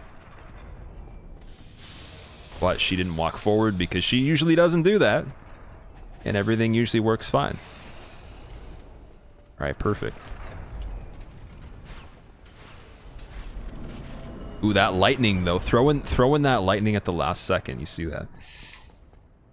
Canadian style bacon. There you go. Canadian style. Okay, that's a better way to put it.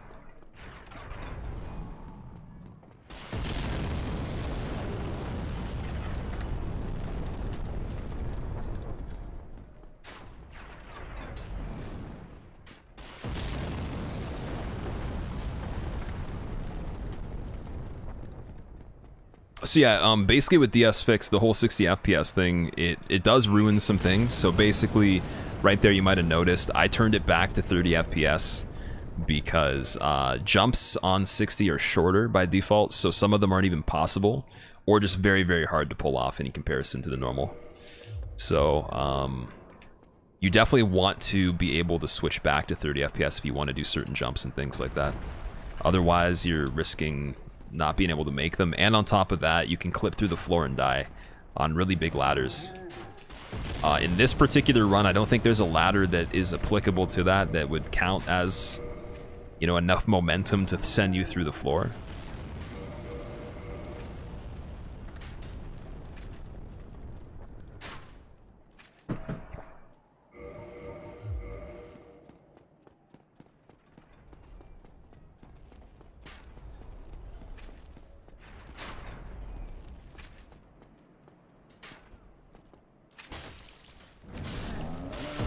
We're gonna wait for the setup on this before even doing anything.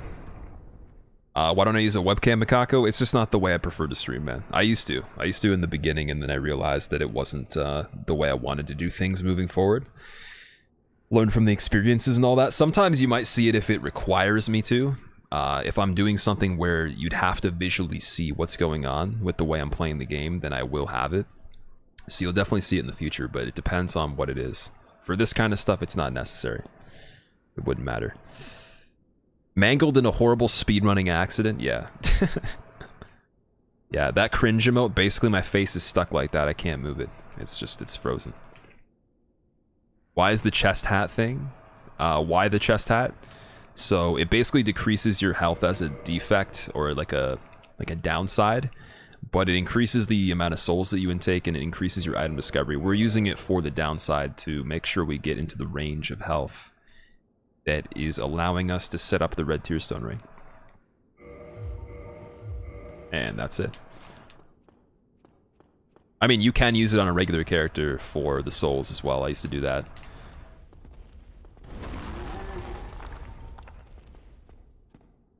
Actually, one of the nicest things is in a no damage run, I wouldn't even have to worry about grabbing Avarice.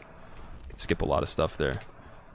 Although everything obviously will be a lot harder, it's still be cool.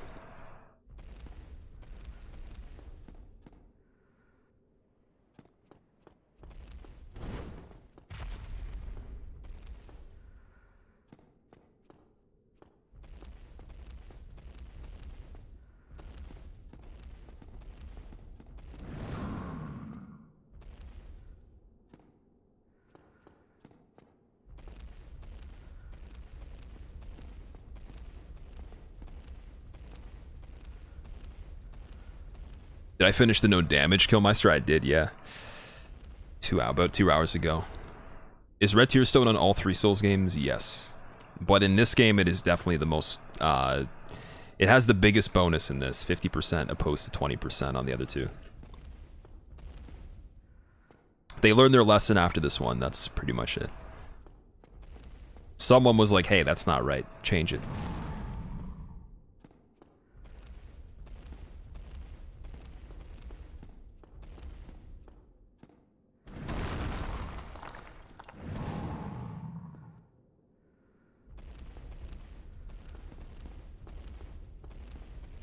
Man, this is one of the longest times it's taken to do this. Holy shit.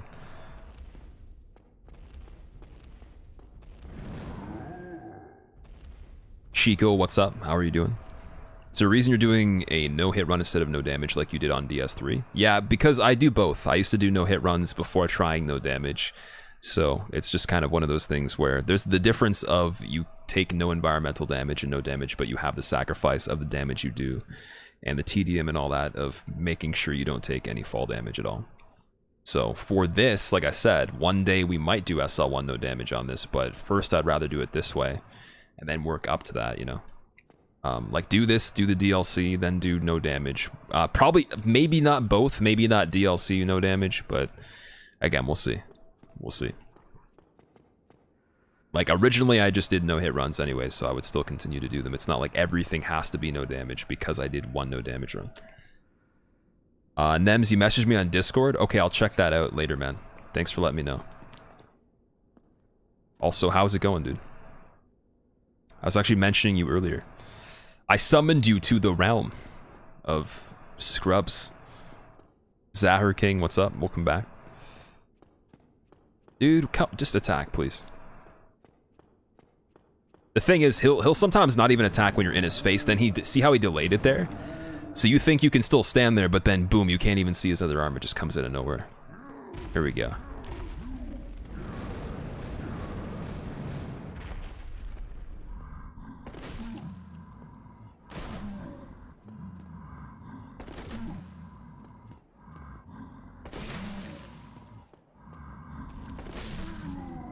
Okay, he got up way faster than I thought he was going to the last time. Also, I don't even need that chunk. What were you saying? Oh, I was just saying how when you did Broken Sword speedruns on DS3, I was saying how insane that is. And that it's interesting because it kind of proves that you could also do like really good challenge runs as well as speedrun, where some people that only just did speedrunning might not have that ability if they don't have the same damage or whatever. I was given the example of when I saw that you had a pretty quick time at Pontiff, and you were only using the Broken Sword. Because yeah, someone had mentioned the Broken Sword, then it kind of segued into that. Soul of the lost withdrawn from its vessel. Let strength be granted so the world might be mended. So the world might be mended.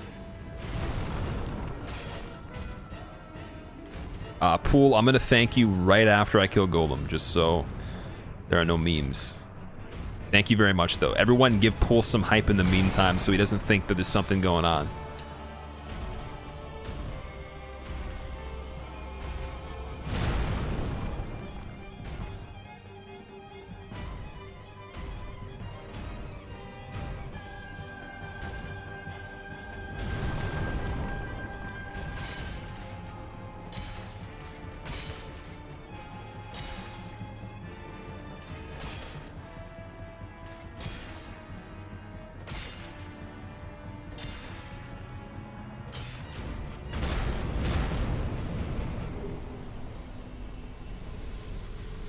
And that is that.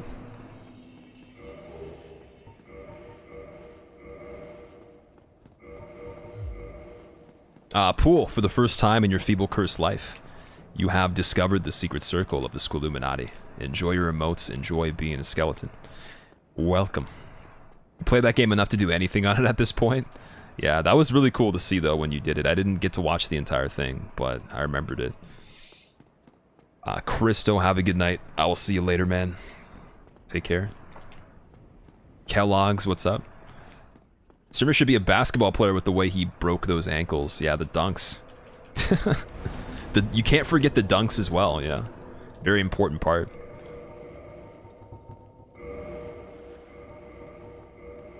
Okay, so for here, what was the plan before? I think it was don't set up RTSR on this little lift right here. Only on the stairs. And then I gotta have this on as well.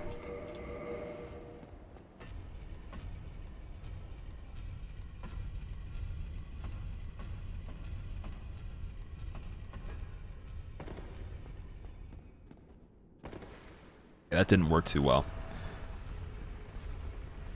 Yeah, here's an example of like 60 FPS just being kind of annoying.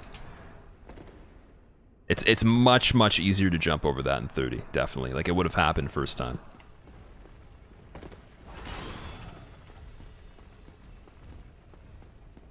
So you could say this is like, not to be super cringy and like, you know, clickbaity, but even harder because 60 FPS. I mean, people have told me to turn off 60 FPS because of that reason, but it's dangerous, man. I like it.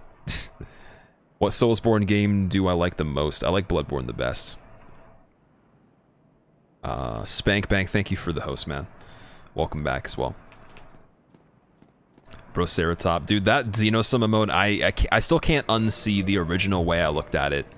Because now that I know what it is, I still can't unsee the child thing or whatever. It literally looks like a child with like tiny hands, but then there's like a blanket or something. I don't know. That definitely does not look to me like it's supposed to from that size. Living on the edge, oh yeah. Narrow pathways in the first Souls. Yeah, there's a lot of ways to die to gravity in this. That's very true. This guy's not even chasing me.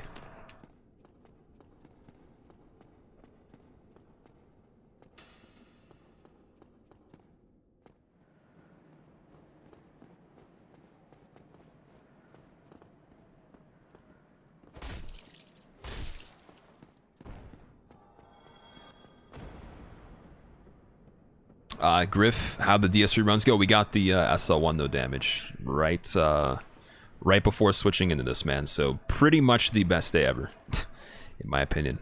How are you today? What's up?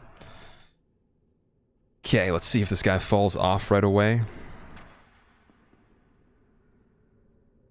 If he does, then it's the run confirmed. Ooh, okay. I like the odds today. It's nice. You go to the painted world in this one, Core. This is only any percent, so there would be no reason to do that. But definitely in the all bosses run.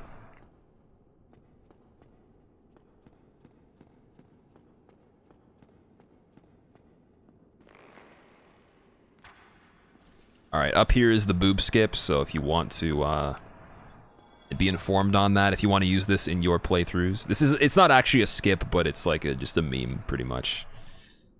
Shoot the boobs, and this guy will just derp out, and you have a free cakewalk. For some reason, though, I've shot other spots, and it doesn't work the same, so it's something being said right there with that. Also, I think I'm going to heal right here in case there's fall damage or something. Because I remember before, if you run along the, like one of the walkways down to, or not down, but up to the Silver Knights, you can take fall damage running on those and then die, so I might as well not be in Red Tier Stone on that. I've learned that lesson. That was like, isn't that the end of the first meme volume video? Wasn't that like 1 day of turnaround time? It was day 3 actually. It was the 3rd day doing it. No practice off stream. But that's why I mean, it was kind of a testament to like what I've already done serving as the practice without having to go too far into it. And my goals were like, just don't have to practice as much and be able to do a bunch of different runs, switch the games, and not get confused because of that. So it's going pretty good. The bob skip, yeah. Shame that you missed it. Good job. Thanks, dude. Honestly, I didn't expect it was going to happen. I think it was a more convenient time for it to happen, though, because it was the first half of the stream, and I definitely have not had that as often as the regular case, where it's at the very end and it's super late. It's even possibly later than when I'd normally even stream. That happens way more often. So it was nice that it was like an added bonus of that.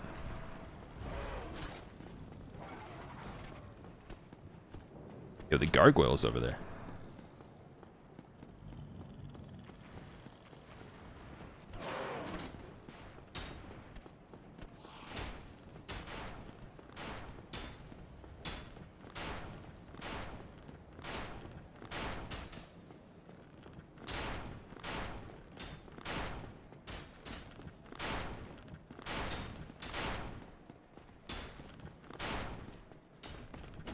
Oh man, I didn't think it was gonna connect. He was so rip. Whew, that was actually man, that's annoying. I thought he was going for the stab, but then he didn't. He went for the swipe instead. It was perfect. Jesus, man, that was so good too. Oh well, good practice. Miyazaki is a thigh man. Jesus, dude. It looked like he was going for the other attack. I didn't, and I even when he started doing it, I didn't do anything because I thought it was definitely gonna miss because he seemed really far away. That just goes to show how bad my depth perception is still. But it's okay though. There's still so much stuff in the run. It's bound that we would have had another mistake. It would be absolutely obnoxious to return to this and do it flawlessly after the amount of time we took away from it. So, not really that big of a deal either way. I'm gonna continue this one regardless, just because. Every time you tune in verbs, yeah. Yeah, we're gonna, I don't even care if I don't PB, we're just gonna finish a run on this just for the practice again.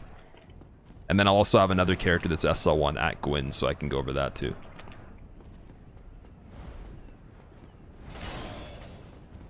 But yeah, I didn't, that was actually probably one of the more avoidable things out of anything that happened in that situation. Jay Stalin, what's up? How's it going, dude?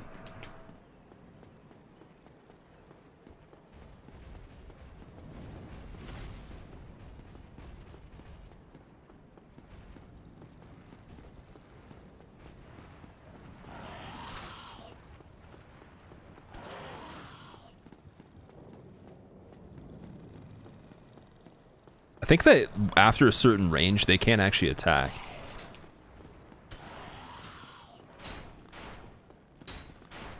I'm getting stuck, I'm getting stuck. That's another thing, it's so hard to be able to look back, not get stuck, but then also stay centered. Because this middle part pushes you, you're not actually able to walk on it easily. Or, I guess, run on it.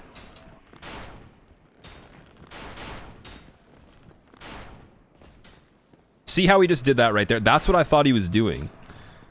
But it just a little bit further forward than where he was right there. Nova, what's up? How's it going?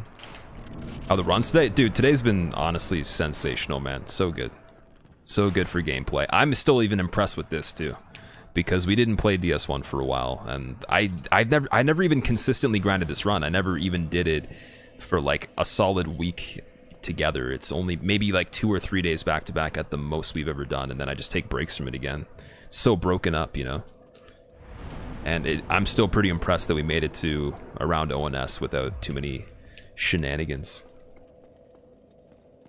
First time ever seeing DS1, Anakin. Alright, well, it's your advantage that I'm actually going to go through this entire thing regardless for the practice, so you'll get to see, hopefully, the entire thing. Rip that thing right there. It's very bad.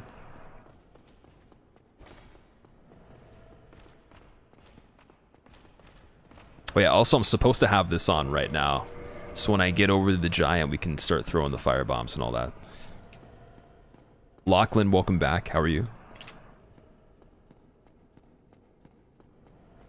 Alex is going pretty good. How is your day so far? Ooh, okay, so the last time I did this giant, I decided to start throwing fire bombs at him because it seems to be even faster.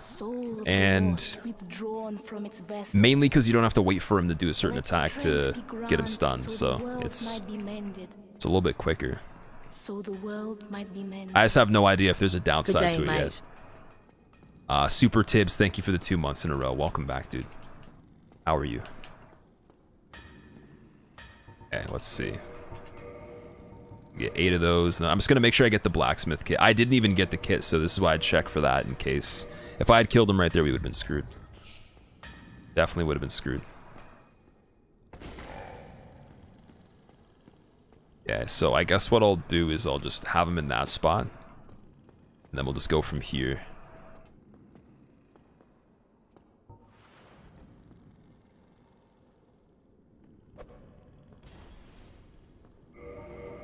Okay, it might not actually be easy to hit him on this.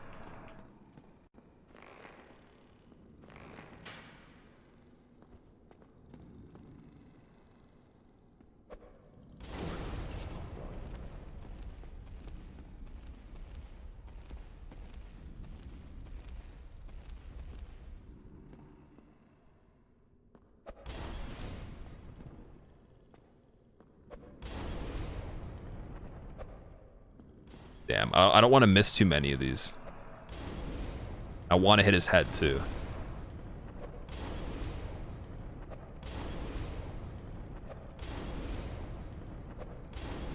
The snipes, man. GG. That's so much better.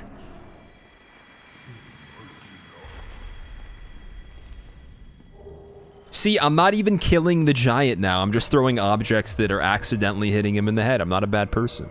I told you the entire time. I don't kill giants. The fire bombs that leave my hands magically end up hitting his head, and it's their fault.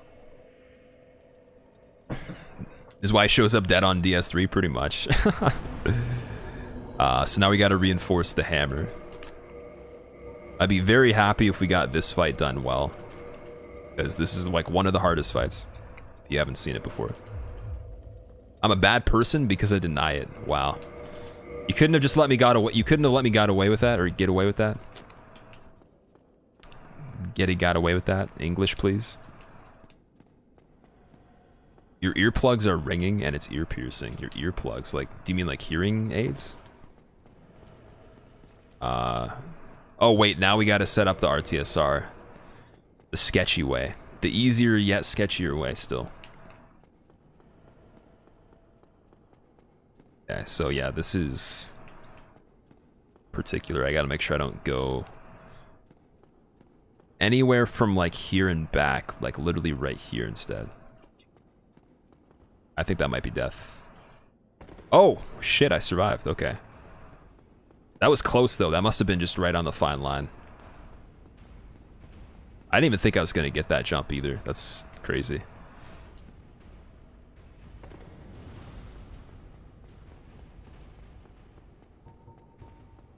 Alright, I'll let the cutscenes play for every single thing that has a cutscene.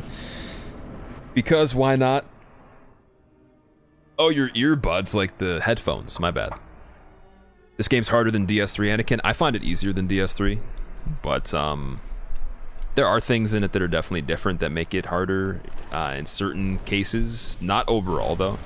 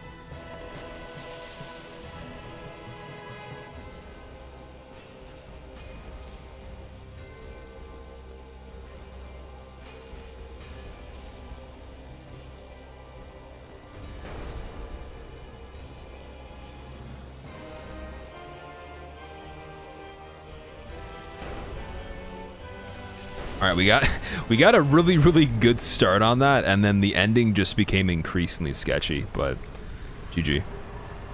Disappointing that the stupid Silver Knight was the culprit of our downfall on this. But hey, you know what? Honestly, it's better to take a hit to that than to actually getting hit on ONS.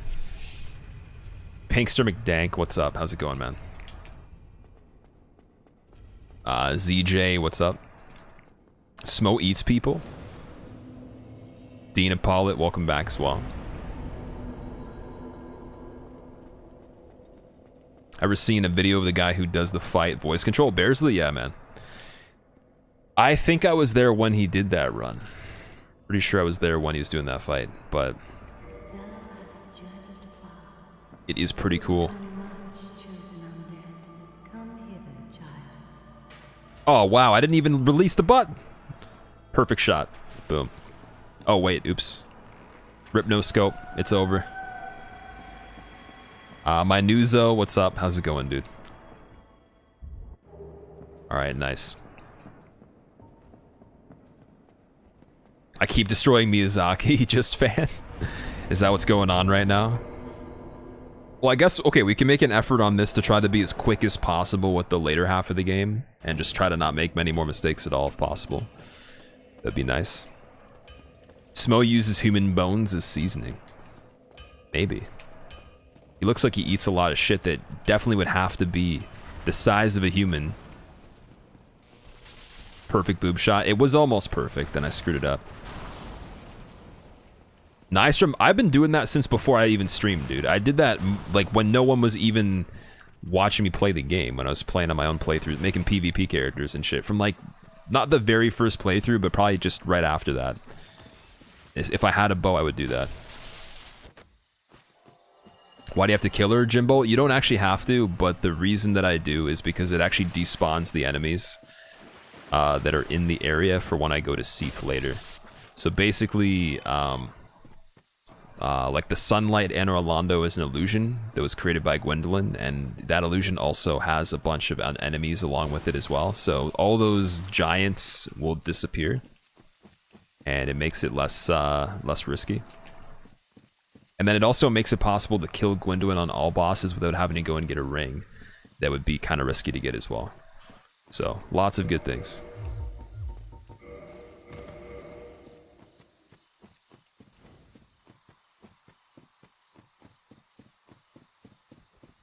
Oh yeah, this isn't all bosses right now. But it does help on all bosses. You would want to kill her so you don't have to get the Seance ring that's in Catacombs. Planning on doing a kill everything run in the future, Lord? Well, okay, the closest thing you could see to that coming up pretty soon after I do this would be the Prepare to Die Again edition. I probably will be killing almost every enemy in that and doing an extremely slow playthrough that will probably take more than a day.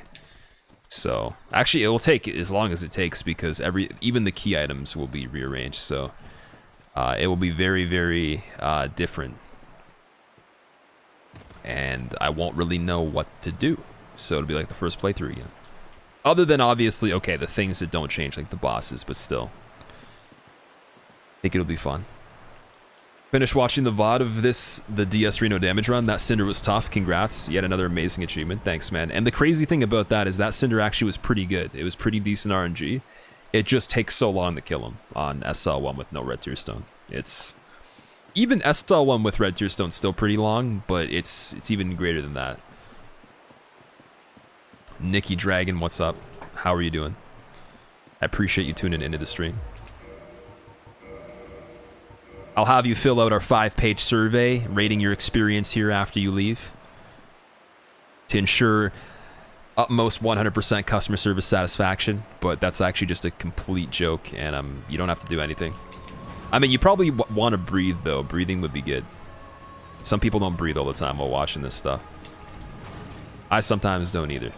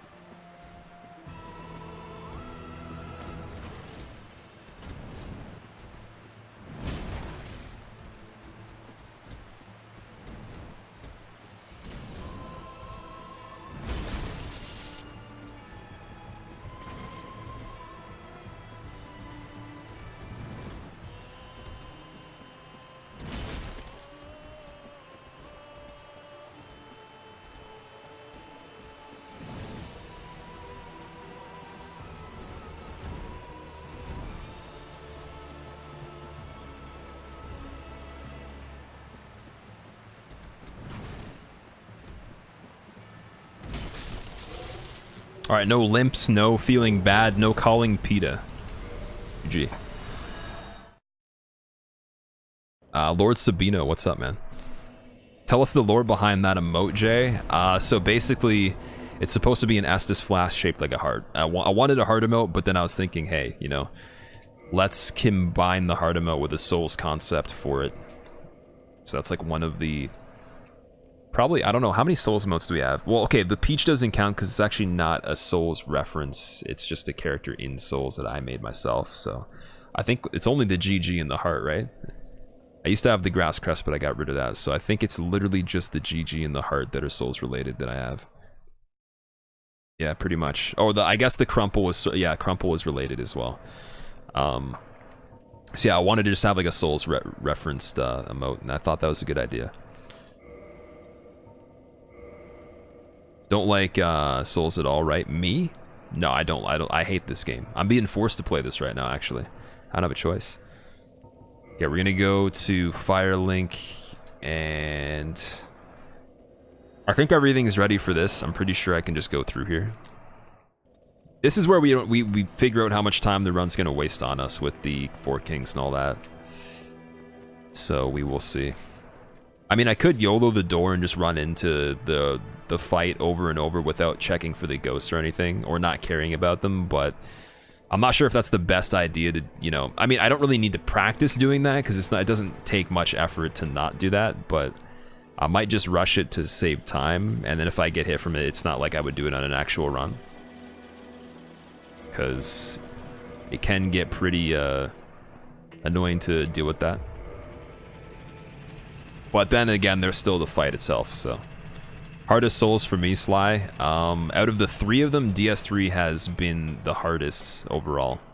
First playthrough up till now with the amount of playtime I have, it's definitely given me the biggest challenge, but... I'd say Bloodborne's definitely been harder than DS3 for me as well. Just a little bit harder to get... It took more time to get to a certain level of grasping it, definitely. Like, I played Bloodborne a decent amount of hours, and I definitely wasn't nearly as good in that amount of time as I was for DS3. Have you ever heard of mirror neurons? No, I haven't. What are mirror neurons? I'm assuming some sort of neuron that mirrors other neurons? Maybe? If you're held hostage, make your character blink twice. I remember. Didn't we do that? Isn't that in one of the clips that were in one of the videos? Which game do I know the best? It's a tough call, man. I don't know. I want to say I know DS1 the best. But DS1... I don't know. Huge amount of my time on DS1 is PvP related. So...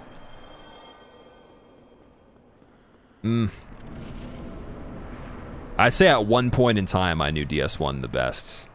If you combine it with like challenge run knowledge, but then how much knowledge I had of all the items and everything, and every armor set and the spells and like every detail that's just like a regular thing in the game, I definitely know more about the items in this. There's items in DS3 I've never used before. I've used pretty much everything in this game, I think.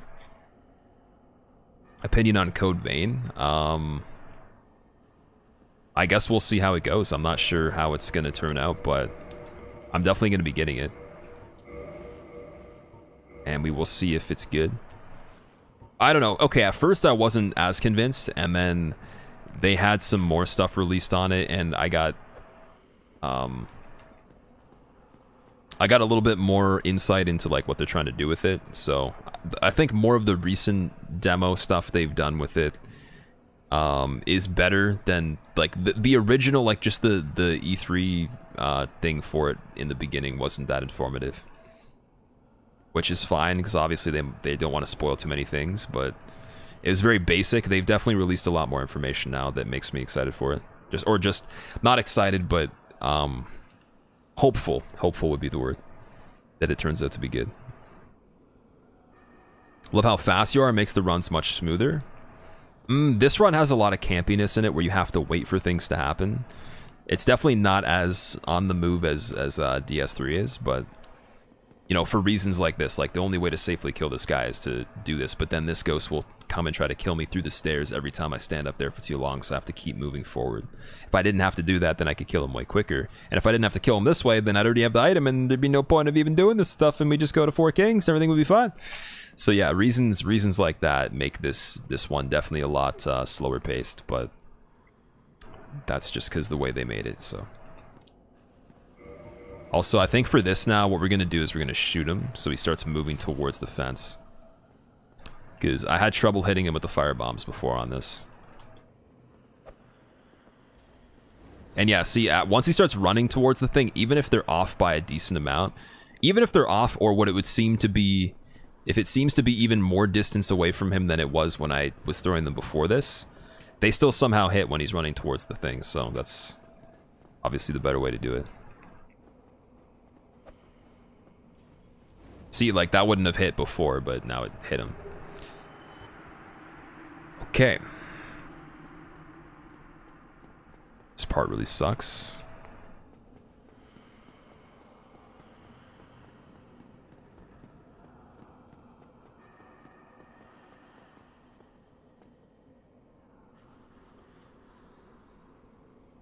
Oh my god, the stair ghost right there.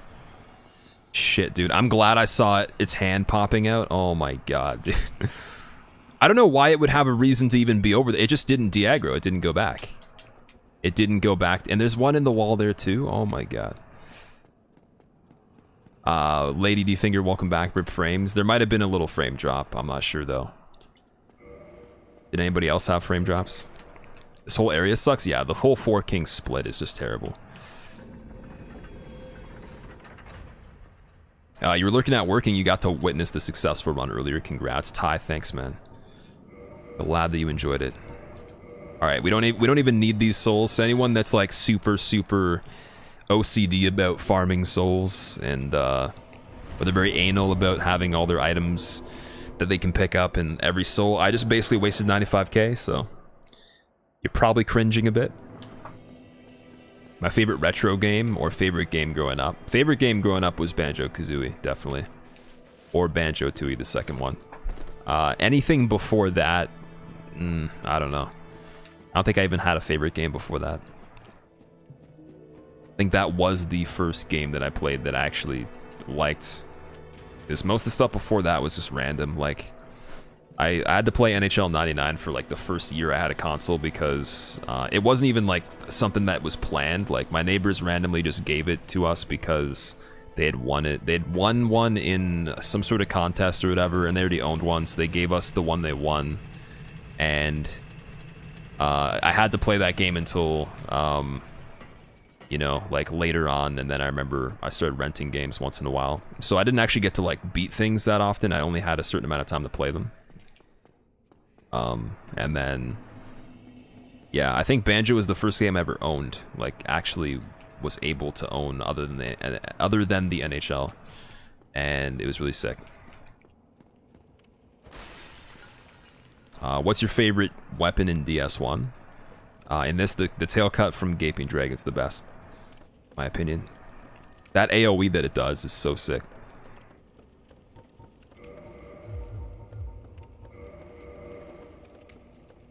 I'm just going to take off all the stuff right here, and then I guess we will see what happens. Fingers crossed for a first try 4 kings. That would be the goal. That'd be a miracle. Sometimes it happens with your frames, they get stolen. Hayama, no, it's probably not that. I mean, it's happened more so in the past couple of days, but it's kind of just like these little spikes. Okay, he actually went away from the door. That's good.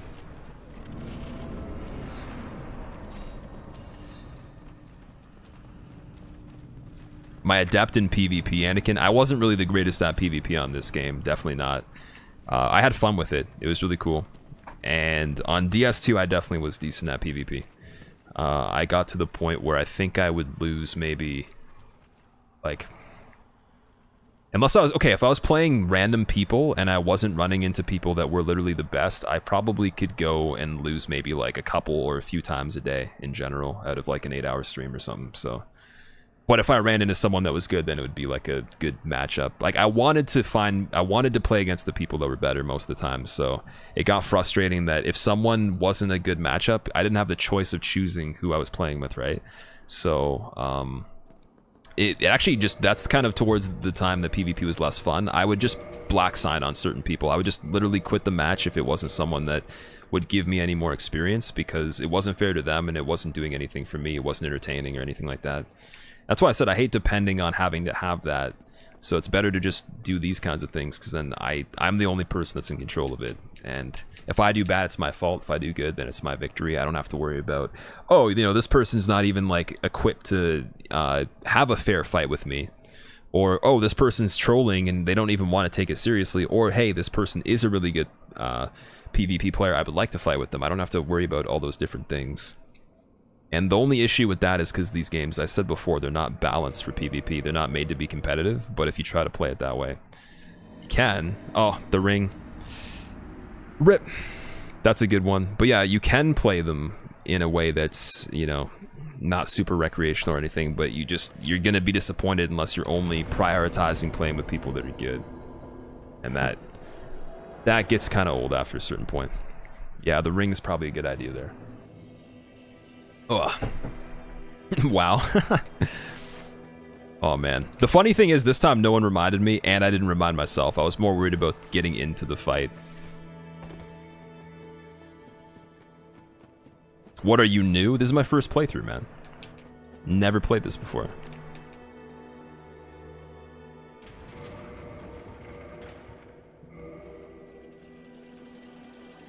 Duxul, what's up? How's it going, man?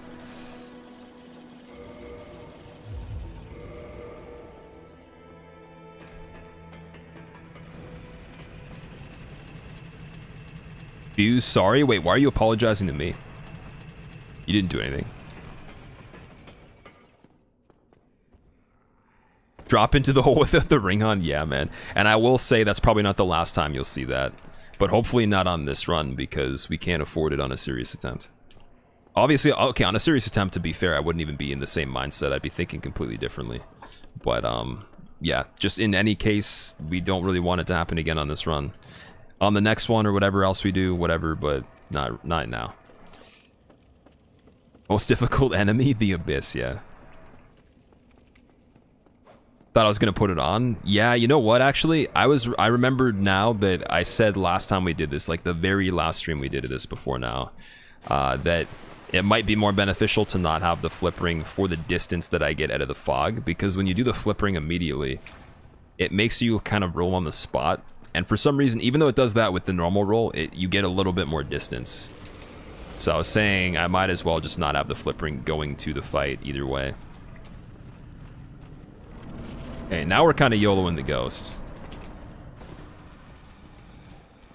But yeah, you can wait and you can get a regular roll, but you don't have invulnerability for that moment that you wait, so you could get hit. So if you spam right away, you'll get held on the spot like it's like a vacuum sucking you backwards for some reason.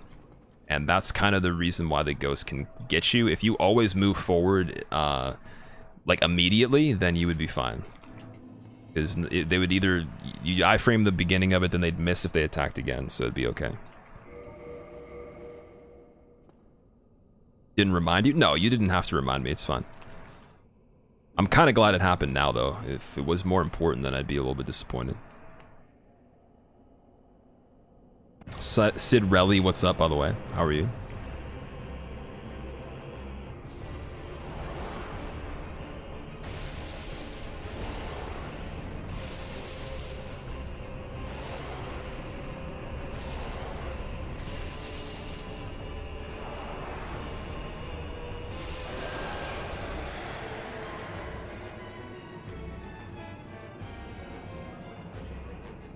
Learning Princess without locking on needed. If you want to be really fast, then yes, you probably want to learn it that way. I wouldn't learn it like that off the bat, though. I would do that later. Yes! Oh my god, he was gonna do the purple. Didn't do the purple. Man. Okay, now we just have to have a good time on the third one and we're fine. Yeah, more often than not, the second one isn't annoying like that where it backs up.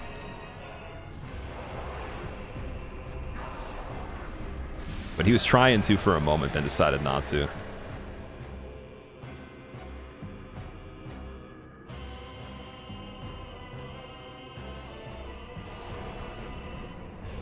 That was a pretty good prediction. Might have saved us.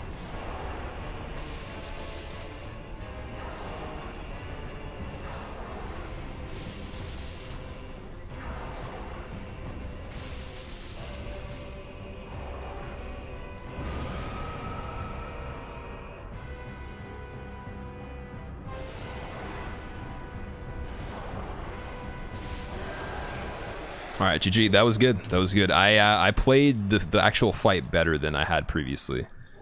So I had all of the, except for the beginning, I didn't get the roll recovery, so I couldn't rush down the first one the fastest I could. The second one and the last one were handled really well, though. So that's very good. There's some improvement there. Okay. Yeah, so learning Princes without the lock-on, I wouldn't actually just attempt to do the fight right like that off the bat, but understand it first, then understand why not locking on is important for the speedrun, and like what it offers. You also have to learn what attacks, hitboxes go over your head, because that's kind of what you're manipulating by getting the speed on that. Alright, so now we're on Seath, right? So you gotta get the Firekeeper. Assume you're going for any percent before attempting all bosses on this? Yes. Yes. And to be fair, for the first day returning to this after a little while, it's not too bad. Okay, where am I going? Oh yeah, Anne Orlando.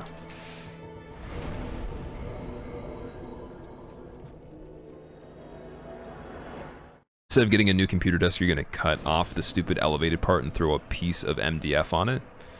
You have no mouse space at the moment. How big is the actual surface of it?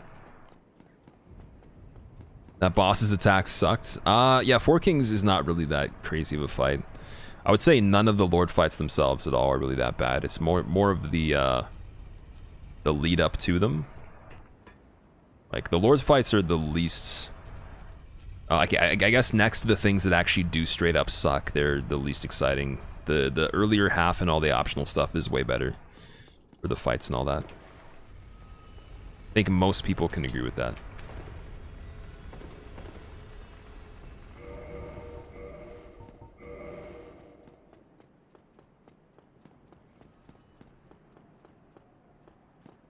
Darker, I'm doing good, man. Thank you for asking. How are you?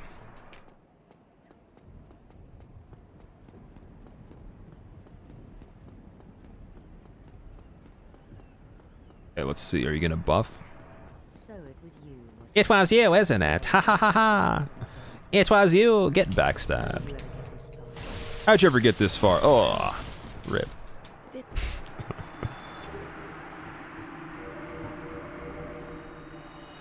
Rip 61k, another cringy moment. And also the fact that I need to hit the Anne Orlando. Oh, actually, no, this is good. This is good. I forgot to do the, offering the Lord Vessel, or placing it, sorry. So we would have gotten held up if we went to Seath first anyways. And this is still one of those things I don't remember the placement of in the run. I keep doing it either too late, or I realize right when it's about to be too late, like right there. Those fights are hard most of the time on a first playthrough, and most because you don't have a lot of damage. Yeah, Four Kings with low damage, though, the easiest way to do it is just stand in front of them, because the hilts of their weapons don't do the full damage to you. So you just stand in front of them with, like, over 50 poise, I think. And if you have a lot of flasks and you have a lot of poise, it's probably, like, the way that most people remember doing it the first time. Fastest and best player in the world, Nikki? No, I don't think so. I don't think there's a way to gauge anybody's ability in terms of like being better than someone else, other than if you're doing a speed run and you want to say that their time was faster on a particular run. Or, well, okay, we'll use Nems as an example. Nems is probably one of the best speedrunners of DS3 because he's had the most world records consistently over time and held the most at one time. So that would be a nice way to conclude that he is definitely better than a lot of other people because of that.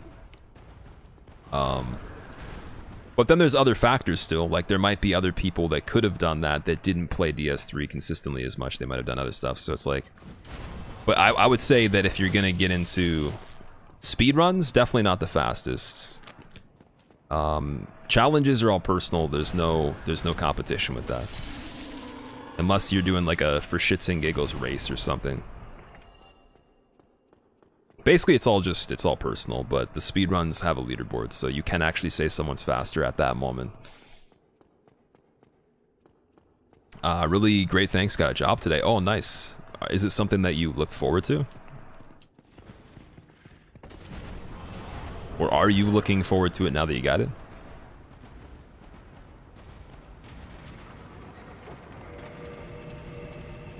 Okay, so we want... Definitely want Darkwood Grain on this.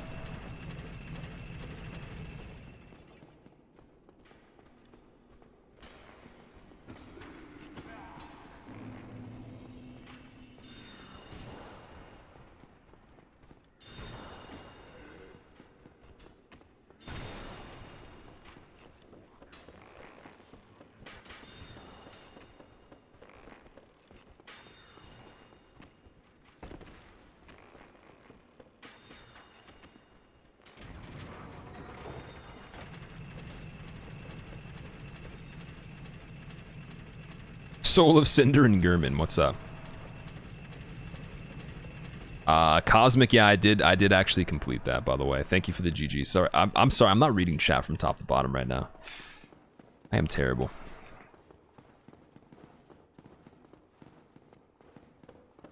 Oh my god, the camera. Please. What's a good PvP weapon for DS1? One of the favorite PvP weapons of mine was the Baldur's Side Sword. But the problem with that is it can be really tricky to obtain, because it's like, you know, sometimes it doesn't drop forever. But I would say the side sword is my favorite when it comes to the PvPs.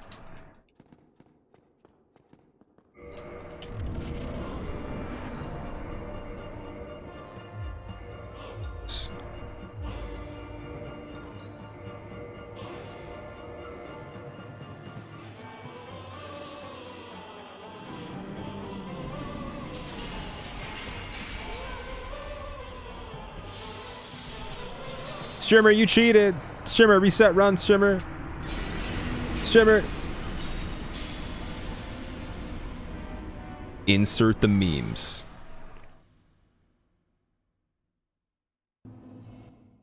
Okay. John Arthy, what's up? How's it going? Oh yeah, wasn't there a thing that we learned here recently? There's something that was different in this part. Homeward boning outside the... Like, once you sit down, you unlock the cage. And also not turning off the alarm is something I gotta do as well. So... Cutscene triggers... Dark sign back to here. And then what we do is we don't worry about pulling the lever.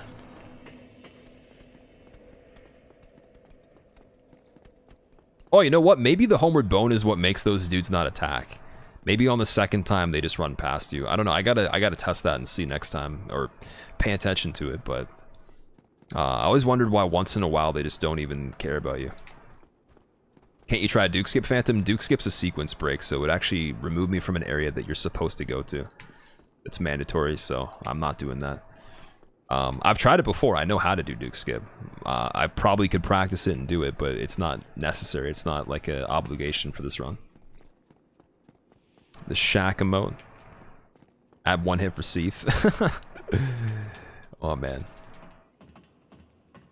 True Giant Dad OP. Cannot wait to play the remaster, B-Doggy. I'm sure there's gonna be a lot of people that are hyped about it. I guess the real test will be like right when it's about to come out. I wonder, I feel like there's gonna be all these people that just randomly get excited. And especially when there's more examples of the gameplay itself. Well, apparently we somehow... I don't even know how that's possible, but... Sure. Take that. I didn't really have a choice. They both got pulled at the same time, but it was staggered enough where if I didn't kill the first dude, I get bopped on the head by the other one.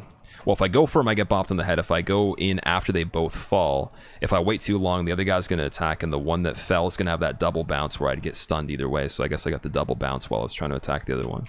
So there wouldn't have been a way to do that other than just back away and then either go back to the bonfire again or kill them separately out in the open spot. I think it was impossible with their timing and the fact that they rebound off the ground after they fall a second time. So it just, the time frame was not good. Unfortunate. Good to know though, good lesson. Don't think the serpents are consistent. Oh, the not attacking me is inconsistent? Yeah, maybe, I don't know. Should you get DS remastered on Xbox or get a better PC for it? I don't know if it would be worth building a PC for, but if you plan to get a PC for other stuff, then, I mean, it's an added bonus. If you get it on Xbox, it probably won't be that much different than the PC version.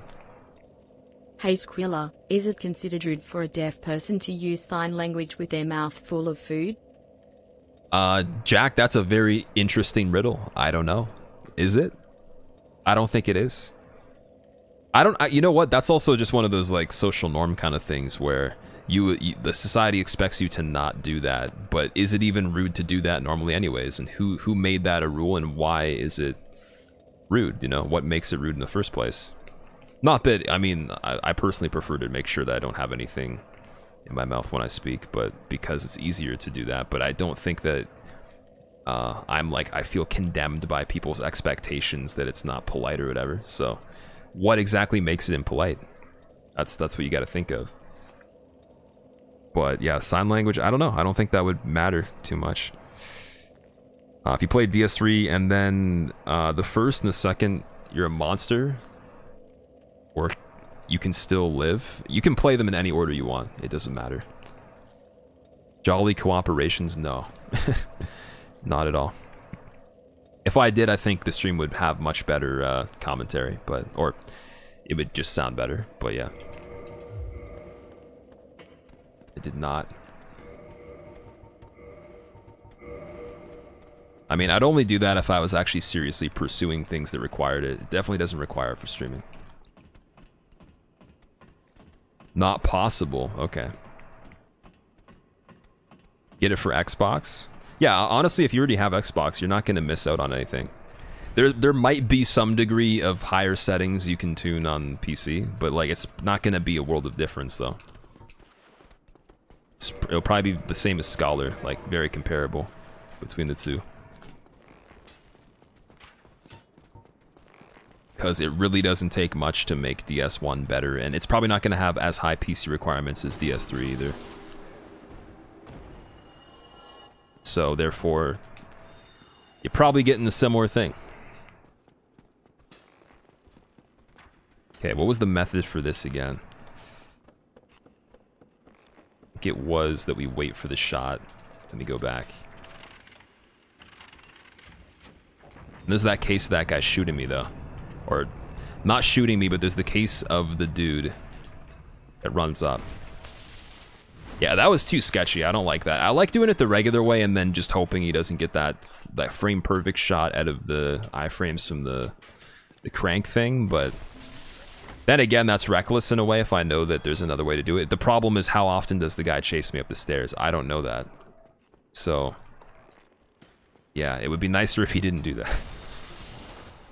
That time he didn't, but when he does, I feel like that's going to be a harder situation than just YOLOing.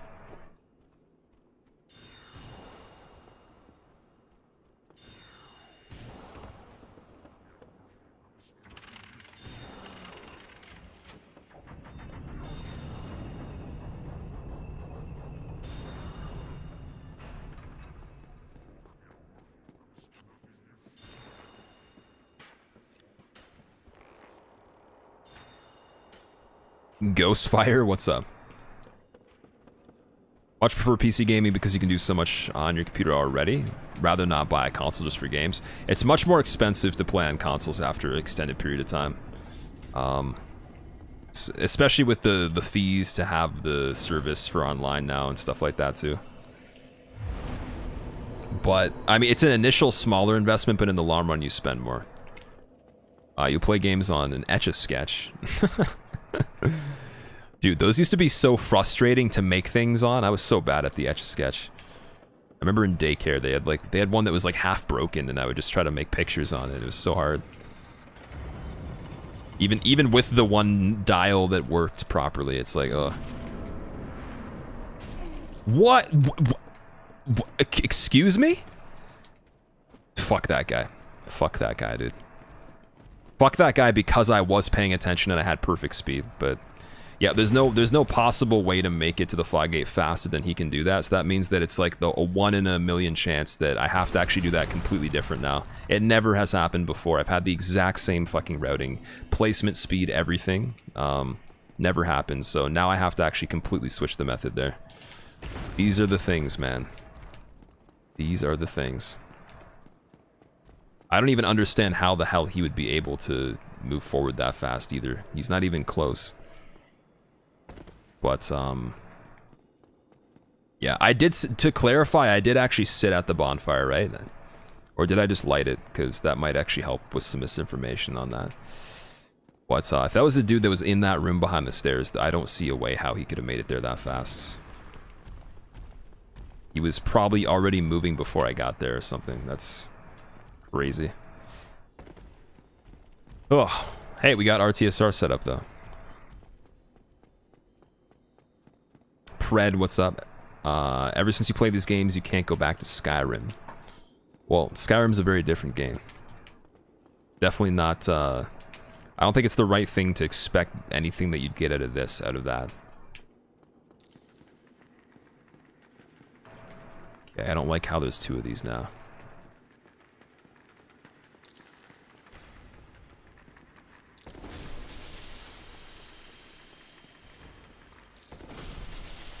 Want you so bad, Scythe? Yeah, man. Yeah, it's just, it boggles my mind that I can do things, and I know they're being done exactly the same. You can't possibly have a more perfect way to do it. Unless you, like, even if you calculated it frame for frame, there's not enough time difference that would equate to the enemy being able to do that, and that's the only time I've seen it since I've gotten the game. Like, it's literally the only time. That's the most impressive part, because it might never happen again, but now I have to be worried about it. The only thing I can conclude is it could have just been that I didn't sit at the bonfire, but I think I did sit at it, and if that's the case, then yeah, it's so unlikely that dude could be that fast. You have a shit ton of time in that part normally. Did I ever try honey roasted peanut butter? I have tried that before, actually. I have tried that. It's pretty good. Or no, wait, it's probably not honey roasted, but it's like honey with peanut butter in it at the same time. It's like mixed together. I think you're talking about the one that you mentioned to me a while ago. Yeah, I haven't tried that. But I've tried them mixed together like regularly, and it's like sold in a thing where they are together. I did sit at the bonfire? Okay, well then, yeah, that makes little to no sense that that guy could be that fast. Otherwise, you'd see that a lot more often. Okay, now we got a squad of 3 of these dudes.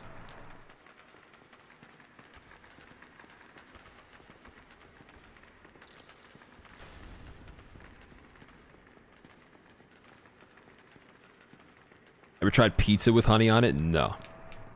Definitely not. Non, were you gifted a sub? You might have been. I don't know who it was. I don't think it was today. Also, welcome back, dude. Could have done leaping attacks to catch up, but what would his reason be to leap attack if I'm not near him? Like, that's the thing. We'll never know how he was able to get to that position, but I do know from experience that's very unlikely.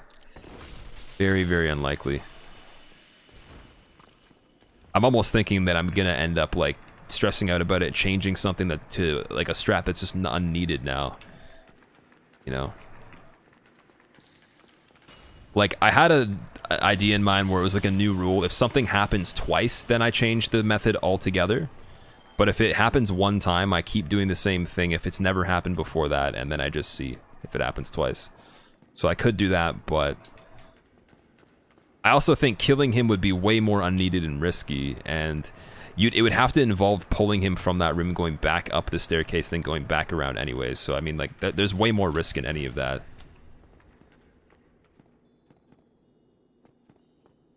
Alright, come on, where are you? I can't see because the enemy's body. Oh god. I don't think he's right there. There you are.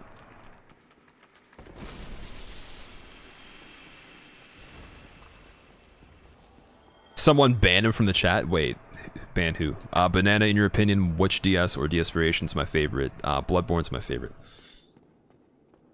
How the fuck is it possible to beat DS without seeing spoilers or others playing? How's it possible for someone to beat this game without help? Basically by putting a lot of hours into it and dying a lot, like I did, or anybody else that doesn't like spoilers.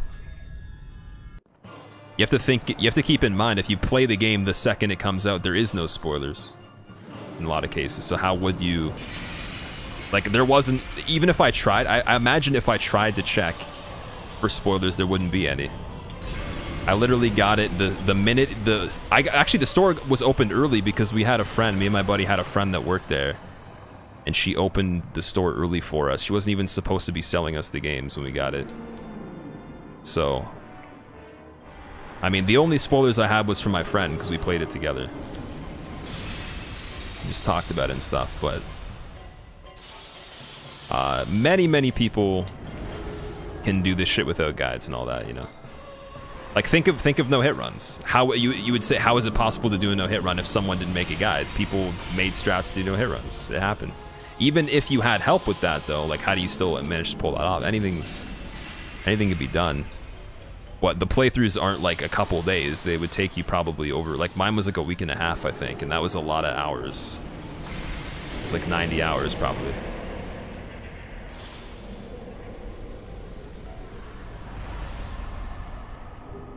Alright. What platform did I originally play each Souls game on? This one was on PS3. DS2 is PS3.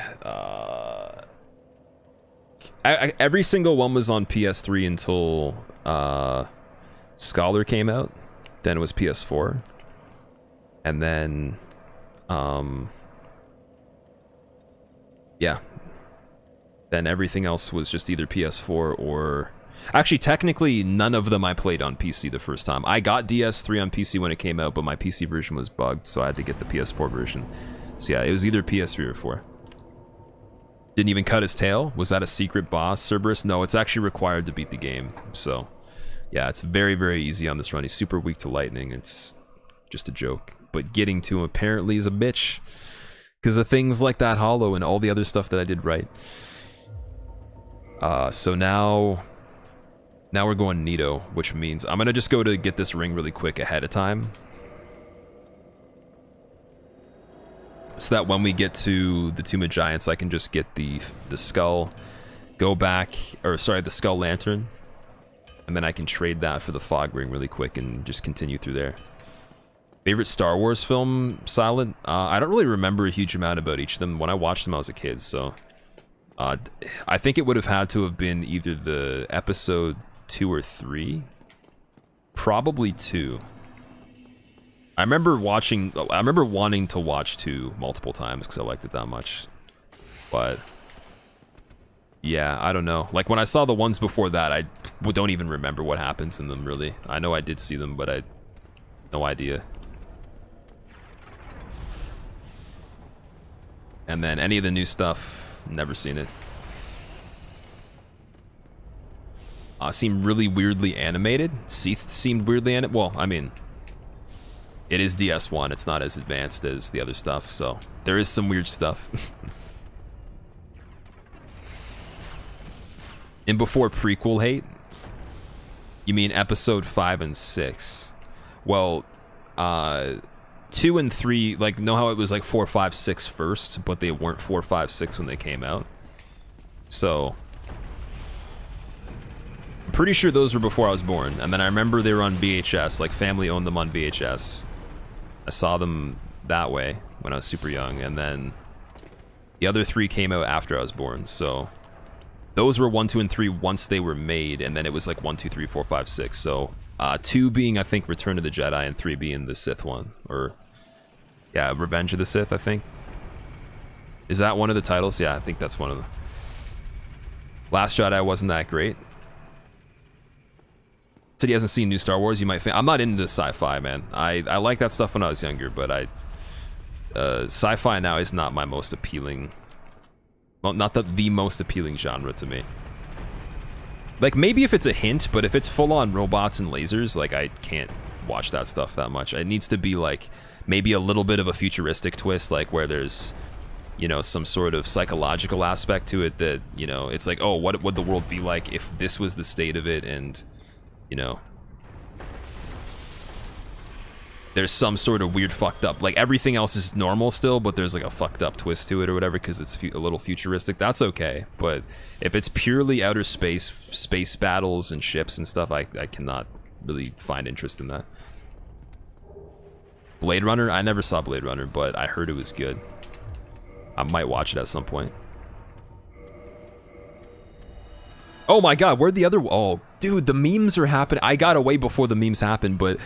Oh, that's also really unlucky too. That happens more often than obviously I've seen the Crystal Lizard guy do the stupid fog stab, but that's... I was fast on that still, and he... Man, this game, dude. Like, if the other guy below took more time and I had to wait, he would have hit me out of the doorway. So, and I've had that happen too. It's just... Stupid fucking serpent dudes, goddamn.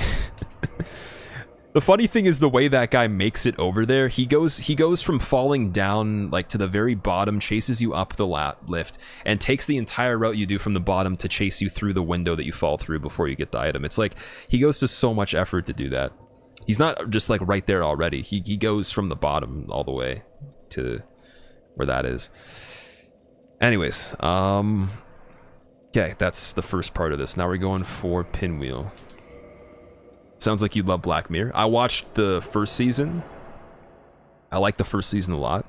And then I watched everything in the second season except for one episode, because more than often, like most of the episodes in the second season were not as good as the first, in my opinion. So stopped on the second last one, and then I didn't watch the final one yet. But yeah, first season of Black Mirror is sick. It's really good. And that's, I guess you could call that sci-fi, but I guess I should specify more of just like mechs and robots and all that. With especially outer space, that kind of stuff mixed in. It's not as appealing unless there's some sort of like really cool twist to it, or there's another purpose to it. Any thoughts on PewDiePie video about speedrunners? I never saw that. You might have to send me the link, or actually, you know what? I'll check it out right after I'm done. Is it a long video, or is it just like a short discussion kind of thing? Alright, this dude I got memed on before. It was a skeleton, actually, right after this guy. Recently, so we have to... Oh, I'm supposed to get the bonfire first. Okay, so I made the mistake there. Yeah, I have to wait for the skeleton to jump towards me to go for the attack. So I have to wait for him to do that jump with like the flick of the wrist and then the other attack. Star Wars is a fantasy film? Well, it's definitely like... There's fantasy elements, but... It's also sci-fi. Ex Machina? Yeah, that was cool. That was okay. But I mean, it wasn't the best thing I've seen before, because again, it has those elements. It had an intrigue to it though, because of the AI and stuff. Space opera, can't deny fantasy aspect to it. Last Jedi was everything wrong with The Force Awakens in one movie. They had too many jokes that didn't fit the situation. And Last Jedi is like the real, or the recent one, right? Because yeah, I'm trying to remember the names of the recent ones. Where is this guy? He's just gone. He doesn't want to exist. Perfect. Oh, there he is. Oh no, apparently he's decided he didn't want to go. He didn't want to make an appearance. He thought about it, but then he dipped out of it again. Now he's trying to attack me through a wall. That's not even close to where I am. Perfect.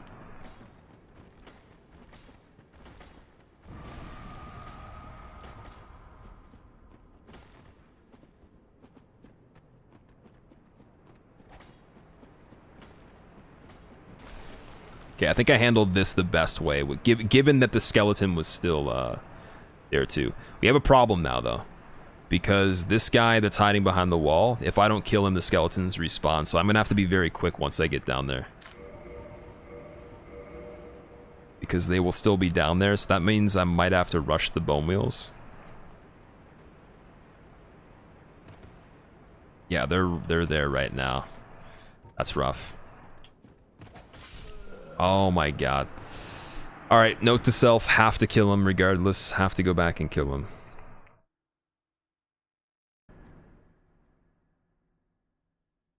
There isn't much that you don't know about Star Wars. Oh, I would imagine there's so many people that are fanatics of it.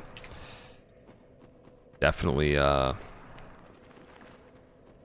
can totally understand why you'd be into it. There's a lot of lore behind it, too. A lot of information. How did Anakin kill the Balrog? Isn't that like the Street Fighter guy? Oh yeah, for this part also we were saying stand where this rock is. And I think I could stand up to this point. Safely, right?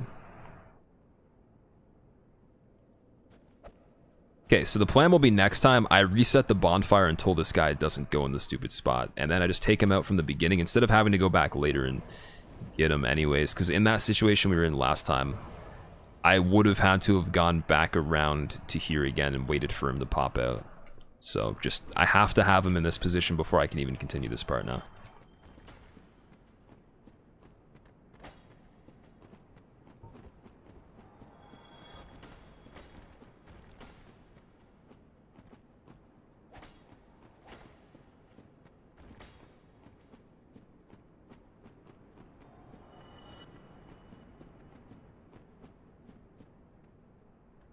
For its amazing react, it's a pretty decent movie, man. It's okay, it's a good movie, but again, it's not something I'd usually be super excited to see, but the AI in it's pretty insane, so.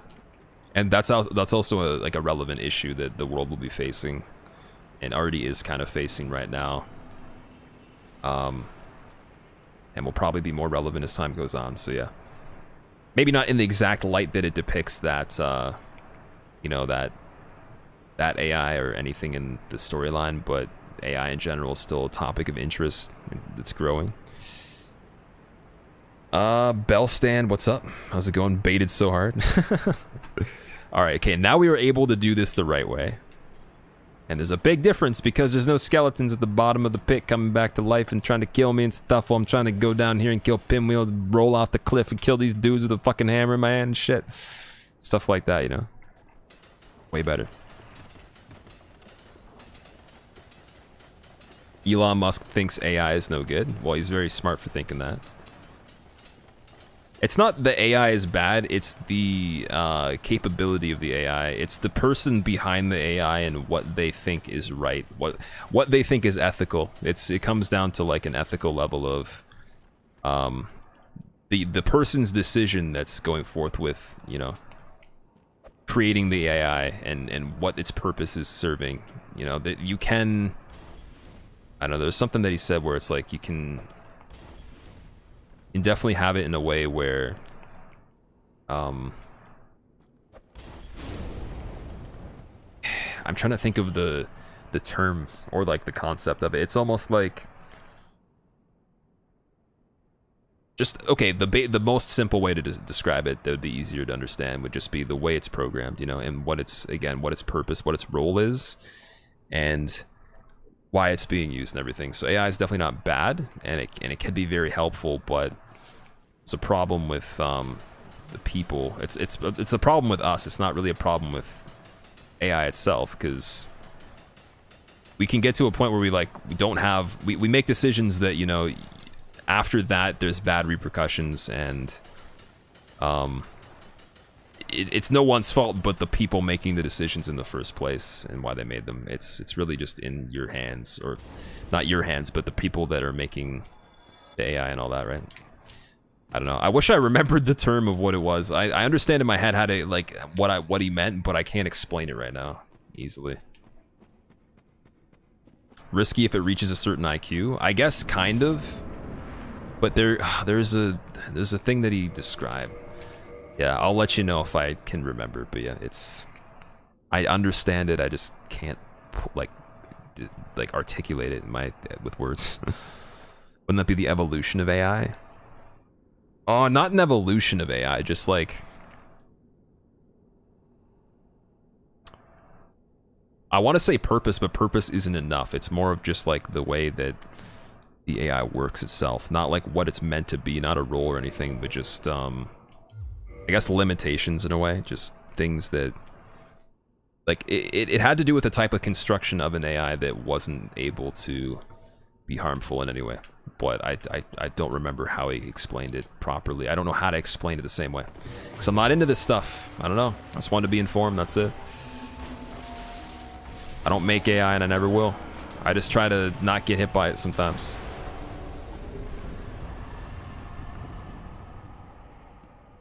Will do what it wants, that's the problem. But it doesn't have to, though. That's the thing. It's not that it has to. That's a choice by us. That's something that would be decided by the creator. It's not really okay, the concept is the more you're more in danger if you consider the person that's able to have the powerful position to make these decisions and enforce these norms. Because once they happen, I mean, it's all dependent on who is the person that is regulating everything. It's not really about the AI itself, because the AI at that point already has been decided, whatever, you know. It's made a certain way, it serves certain purposes, it's constructed to be able to have these limitations, capacities, whatever, but, oh, this guy fell down. And then I fell down without hitting the bonfire. So that was like one of my only chances, though. One of my only choices right there. Because I would have got hit by the other guy. And now I'm trying to think, how would I get back up? And I want to see if there is an easy way to do that. So I've wanted to test this before. Okay, basically you just don't want the wrong person being able to make the decisions for it. And there's a lot of wrong people to make that decision.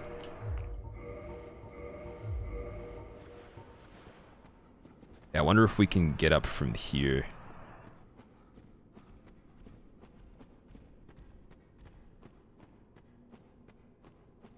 Yeah, this looks like a pathway. Okay, perfect. It's not a pathway. Not perfect. Evie, thank you for the congrats. Welcome back, by the way. Will there be a magic show? There most certainly will be a magic show. But I need to... Oh, I guess there can't be a magic show now. I ruined it. Never mind. We're gonna have to probably do this again, or try to, like, YOLO through here really quickly. Because I think this is the only pathway back, so this might be bad. But I want to try it.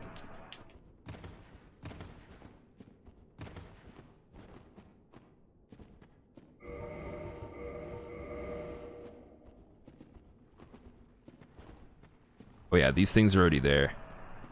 They're dangerous.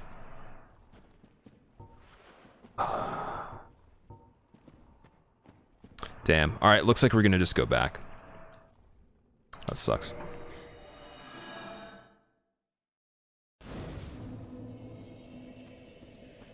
What does free mean? That command? Oh, it explains Amazon Prime, pretty much.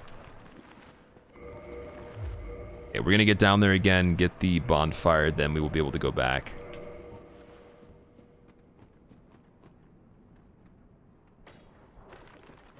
Make a kill switch for the robots. It's not as simple as that, though. Like saying, oh, just pull the plug on them. Oh, just do this, do that. It's not really about that. It's more of like, again, the intentions of the person creating it.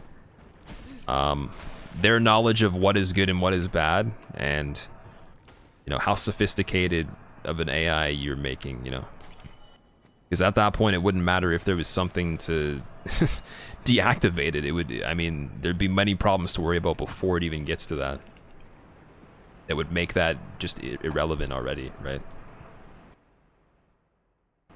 But again, I don't know, I can't really articulate like terminology for technology and how AI would be constructed and like the concepts in building AI or programming it, so I can't even speak well about this at all.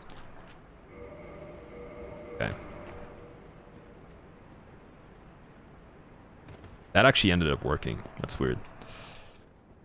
Don't we just pour water on them? Yeah, that works. That sometimes is a good idea. Anyways, Fool, how have you been, man? Somehow that plunge was fine. And somehow the other guy's walking away, so we're able to get through here again. Wouldn't be motivated by human needs, so it's hard to calculate what its motivations would be. Yeah, that's another thing too. That's definitely another thing. I guess just the concept of it having a motivation in general. You know, like motives outside of its purpose, and that's the idea.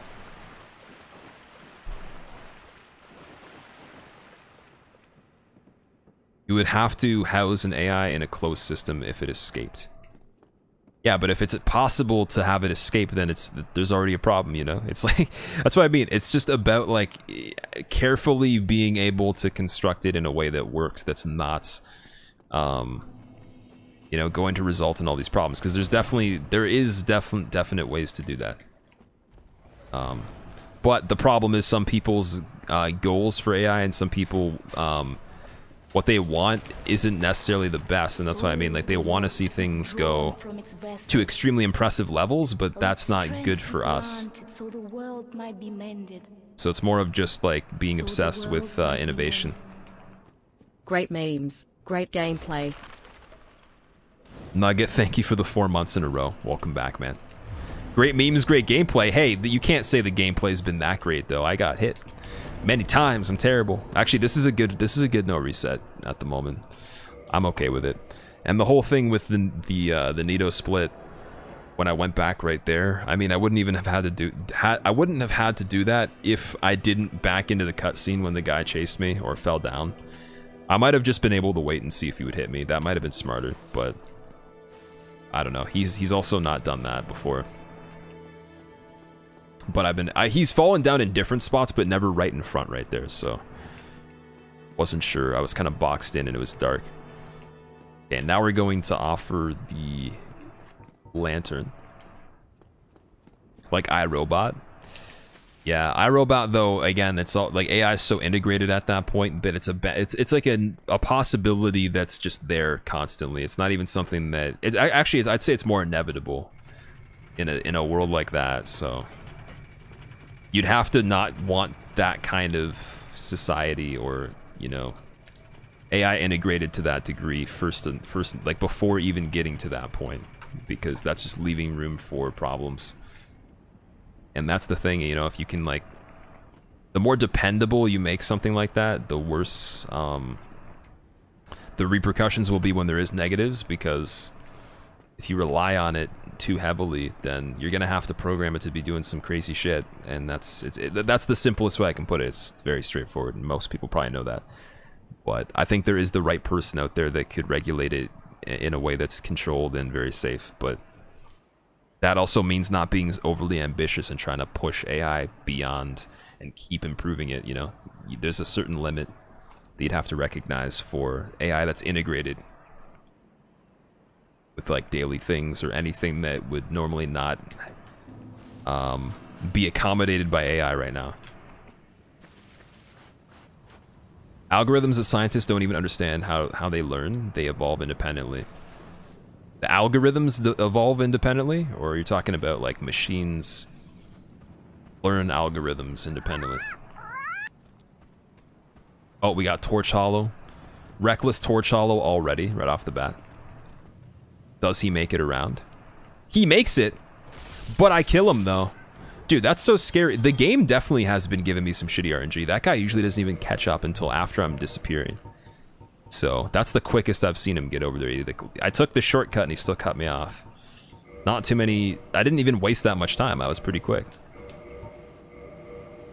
See, I would not like that on a real run. I think I would have dark signed before it, because he could have jumped around he could have jumped and turned the corner at the same time and then just wombo combo. Grizz called get on RuneScape, dude. If I got on RuneScape, I'd disappoint the entire universe. Oh, what's your obsession with that anyways? Do you actually play it, or is it just like a joke or something? Aberrant Spectre's Slayer task? I have no idea what that means. Is that like one of the missions you have to do or whatever? I remember there was one where there was like a demon that was inside a cage, and everyone would just walk up to it and hit it for experience. And I remember not running out of like the items you needed to cast magic, so I would just wait for people to drop extra ones, pick them up, and then get the experience that way. Because I couldn't afford to buy them, and I didn't know how to I just didn't know how to do anything well in that to succeed. It was rough. Like I told the story before, I had a friend that lived in my building, and he literally was making money. He had a business based off of selling accounts in grade 6, and he would make $20 per account. And he was so good at just speed leveling through everything on it that he could have something finished in like a few days that was like a really good account and stuff that people would want to pay money for. And I remember then he got into the whole thing of trying to like hack people's passwords because his older brother or his older brother's friend or whatever had like a device or software to do it, and then he was doing like weird shit with it. But yeah. People still play it. Yeah, it's still pretty relevant, I think. It's one of the higher up directories in terms of streaming. Definitely pretty popular for streaming. Are you still using that online hit counter? If so, there's a really good hit counter program that you use, Preacher. What is it? Show me that. Do you have any links for it? Alright, first try Nito, no shenanigans. Easy. It's both. You're kind of playing it and also joking with me at the same time. Okay. Because, yeah, it's just... that terminology and stuff, even when I did play it, it probably would still confuse me because I was literally bad. I was not good. Didn't have the time, and I didn't also have a membership, so I couldn't do a lot of this shit on it.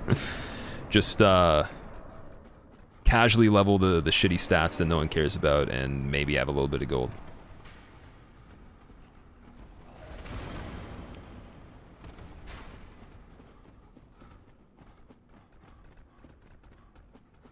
Although I will say how crazy it was as kind of like a social thing as a kid. Like, because a lot of people played it, right? So it was crazy that if you just told somebody, oh, I have this or I have that or I've achieved this on it, like people would like you so much. Like you'd make so many friends just by having an item that was a higher classification. It was like this, I don't know, it was silly now that I look at it that way, but mainly because I think now anyone could do anything on it and it wouldn't really be a big deal, but then it seems so hard to do things that would gain you like the money on it or get you better gear or anything. It seemed like certain things I looked at and I'm like, it's impossible. I'll never be able to get like a rune armor set or whatever, or get this much gold. So why even try? And then I just kind of stopped. But it did take an ungodly amount of time to do some of those things. I know Jagex is very, very smart. They're very smart with making a, I would say, kind of like a time trap and money trap out of that, in a way, and still keeping it fresh till this day. Keeping it so fresh, people want to go back to the original again to this day, and it's still having relevance. Like, what are the servers at in terms of like the overall player base now? Like the traffic on it, I bet it's still probably pretty busy. Got the link. It also works. The browser source has a couple different designs. Really easy UI if you want. Sure, man. Works with the browser source. I mean, I can't guarantee you that I'm going to use it, but I'll check it out, man. I'm pretty dedicated to this one because I don't know, I've just used it for a while, and the person that made it has taken requests of my own to make it better as well. So I appreciate that, but yeah, I'll consider using the other one. Okay, let's see. What do we got here? That was a pretty bad start. Except for he didn't get stuck. Oh, don't turn around. Don't turn around.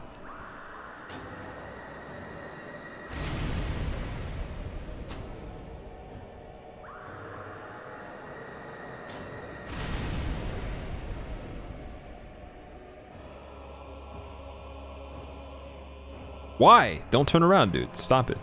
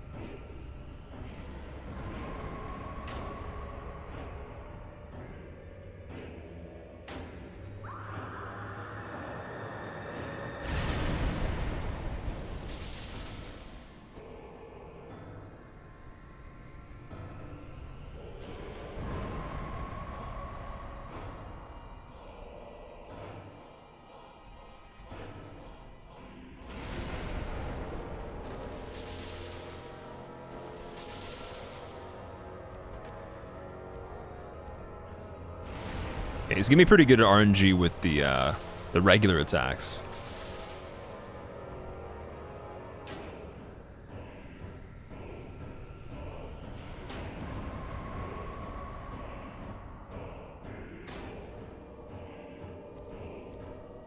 Yeah, why are you only doing the overhead? What's going on?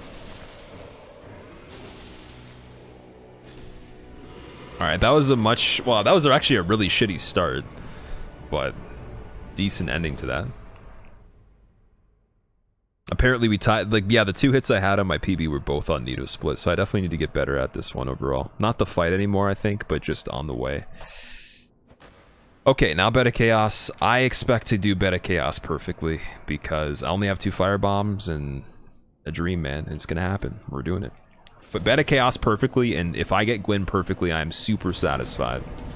I will be super duper satisfied. You're stuck on emulators and Newgrounds. Never got into RuneScape, too busy playing NES emulators in your high school Cisco class. I remember when emulators were like crazy, like the concept of that was just mind-blowing at the time. Now it's like, ah, whatever. Emulator on like any device. Emulator on your fridge or your toaster, you know. Easy. How do I prevent the excess skeleton mobs from spawning? They spawn, but they don't chase me. If I stay within the region that I was in, and I also have those rings on, they will not be able to see me unless I get pretty close to them. Now back to Blighttown. Just tuned in, rip PB Apo. Oh, this is something that I said I wasn't going to do resets on after a certain point, and for not doing this run consistently lately, it's actually really good. Really good. It's been weeks, hasn't it? I'm pretty sure it's been weeks since we did this. So, even with that and the fact that, again, it's just all broken up, I haven't consistently grinded it. If I did, it could be done probably in, I don't know, like a week or something like that. Username? Yeah, it's pretty bad. It's a pretty bad place, but it's also one of the best areas design-wise, in my opinion. Like, who agrees? Blighttown is one of the best areas in the game. As much as, okay, separate all your bad times from it, all your deaths, all the poison and the frame rate. Like, let's just say we don't talk about any of that. Think of how much interconnectivity it has and how important it is. You know, there's so many. It's like a hub. It's like a second hub beside the Firelink. It's pretty expansive, and it's a big area too. Perfectly designed because it's designed to piss you off. Yeah. I remember the first time going in this cave, I'm like, nope, I don't want to go in there. That's scary. I remember there was like a news article where the headline of it was it was like, I remember it was like something around the number of like 40 to 50 hours into DS1, and they make you go into dark caves and kill things called ceaseless discharge and all this stuff, and IGN was like complaining about it, and it was really funny. And then they made a video where there's like a guy just laughing at ceaseless discharge. What about Anor Londo? Anor Londo is my favorite area in the game, but you have to understand, like, Blighttown is underrated because it just has so much interconnectivity in it. Anor Londo takes you to Duke's Archives, and that's it. It just ends. It's just Duke's Archives. This takes you to the Hollow. It takes you to Demon Ruins. It takes you to Firelinker, and it takes you to the Depths. There's four connected areas, and then from the connected areas over here, you still progress to the game, and it's mandatory. And within the area itself, it has so much. It has a big vertical aspect to it, and then it has all this area down here and all the other places way back there. Obviously, which you don't get to see any of really on this, but still, like. And then top it off with it being frustrating. I think the only real salt would be the frame rate. That's it.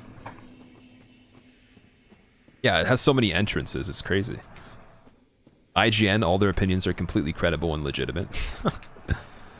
Yeah, okay, now you're gonna just throw me shade because I said IGN. It was funny, though. They just made this article saying, like, I played for, like, this many hours, and then it made me go into a cave, and then everything just became shitty. And it was talking about the entrance to Blighttown and all that. I haven't played DS1, but you really want to. Looks like an interesting game. I played through 3. You'd probably like this one. I couldn't... It would be hard to... I don't know. It'd be hard to say that you wouldn't like this one if you like 3. You might even like some stuff better, but I mean, yeah, it's worth it. Ceaseless Discharge sounds like a bad day on the toilet, pretty much. Definitely the best level layout of the Souls games, but Bloodborne had the nicest design in your opinion. Yeah, but Bloodborne also did what DS1 did as well. It did it to the same degree. Just as well. So, I don't think there's even a reason of comparing level design between DS1 and Bloodborne, because it's the same formula of it being very interconnected, lots of shortcuts, lots of believable transitions and all that. But Bloodborne more so because, again, the theme doesn't, like, go all over the place as much. And even with the theme changing up in this for certain areas, like, it definitely flows a lot better than DS3 or 2. Okay, now we're going to be popping a shit ton of Firekeeper Souls. And I'm going to be offering everything to this lady. So if you have any questions or you want to write paragraphs of chat, I'm going to be able to read every single thing now. Most people don't have paragraphs of questions because I can't just ask you to write paragraphs of things. It doesn't work that way, so it's okay if you don't. Any chance on doing Demon Souls runs? Yeah, man, definitely. Definitely going to be playing Demon Souls again pretty soon.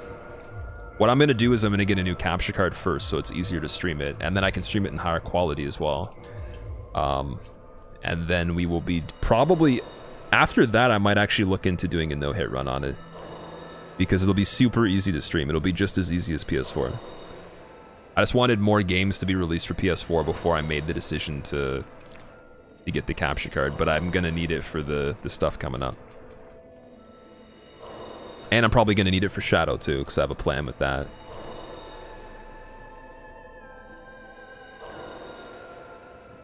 Have any trivia about that? You like the sounds in Soulsborne? I don't really know much about the sound design, but there's certain sounds that I'm very interested in, like One Reborn, for example. There's no voice actor that's listed for One Reborn apparently, but I'm wondering how they made the sounds for that, because they sound completely silly. Favorite meme? I think Crumple the Kid was one of my favorite memes of all time. Which actually, now that I mention it, I'm going to put it on in the corner as I'm offering these things. We're just going to watch it. This is the remixed one, so it's not like the original, but if you've never seen Crumple the Kid, best meme.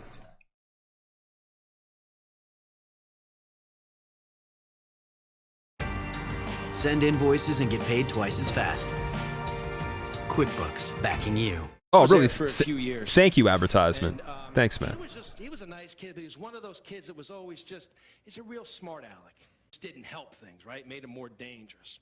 Okay. And we were outside one day, youth group, kind of not taking the Lord serious. And I walked over to him and I went, "Welcome, punch!" Yeah. I punched him in the chest as hard as I crumpled the kid. I just crumpled him. Okay, that really didn't achieve anything, because I couldn't really offer stuff at the same time. Anyways, yeah, that guy basically just crumples a kid, and it's pretty funny. Best meme. Harambe was pretty good, too.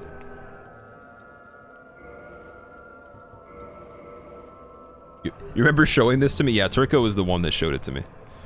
You like to murder giant fish? Well, you have a place for me, really. Is it in the League of Extraordinary Fish Murderers? Favorite boss fight song in the Souls series? Probably Midir. Most likely that. Or Gwyn. Gwyn's pretty good too. Yeah, actually, you know what? I'm gonna take that back. I'm gonna say Gwyn is the best. Gwyn is almost like it's majority of people's favorite. It's just such a decent track, you know.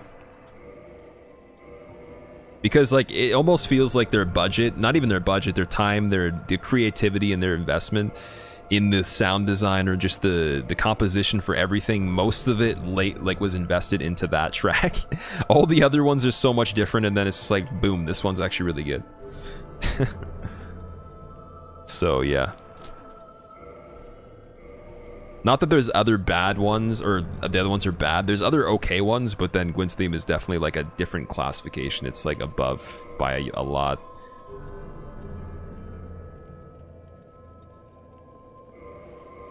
Second phase hits in Ludwig. Oh yeah, it's a good track as well.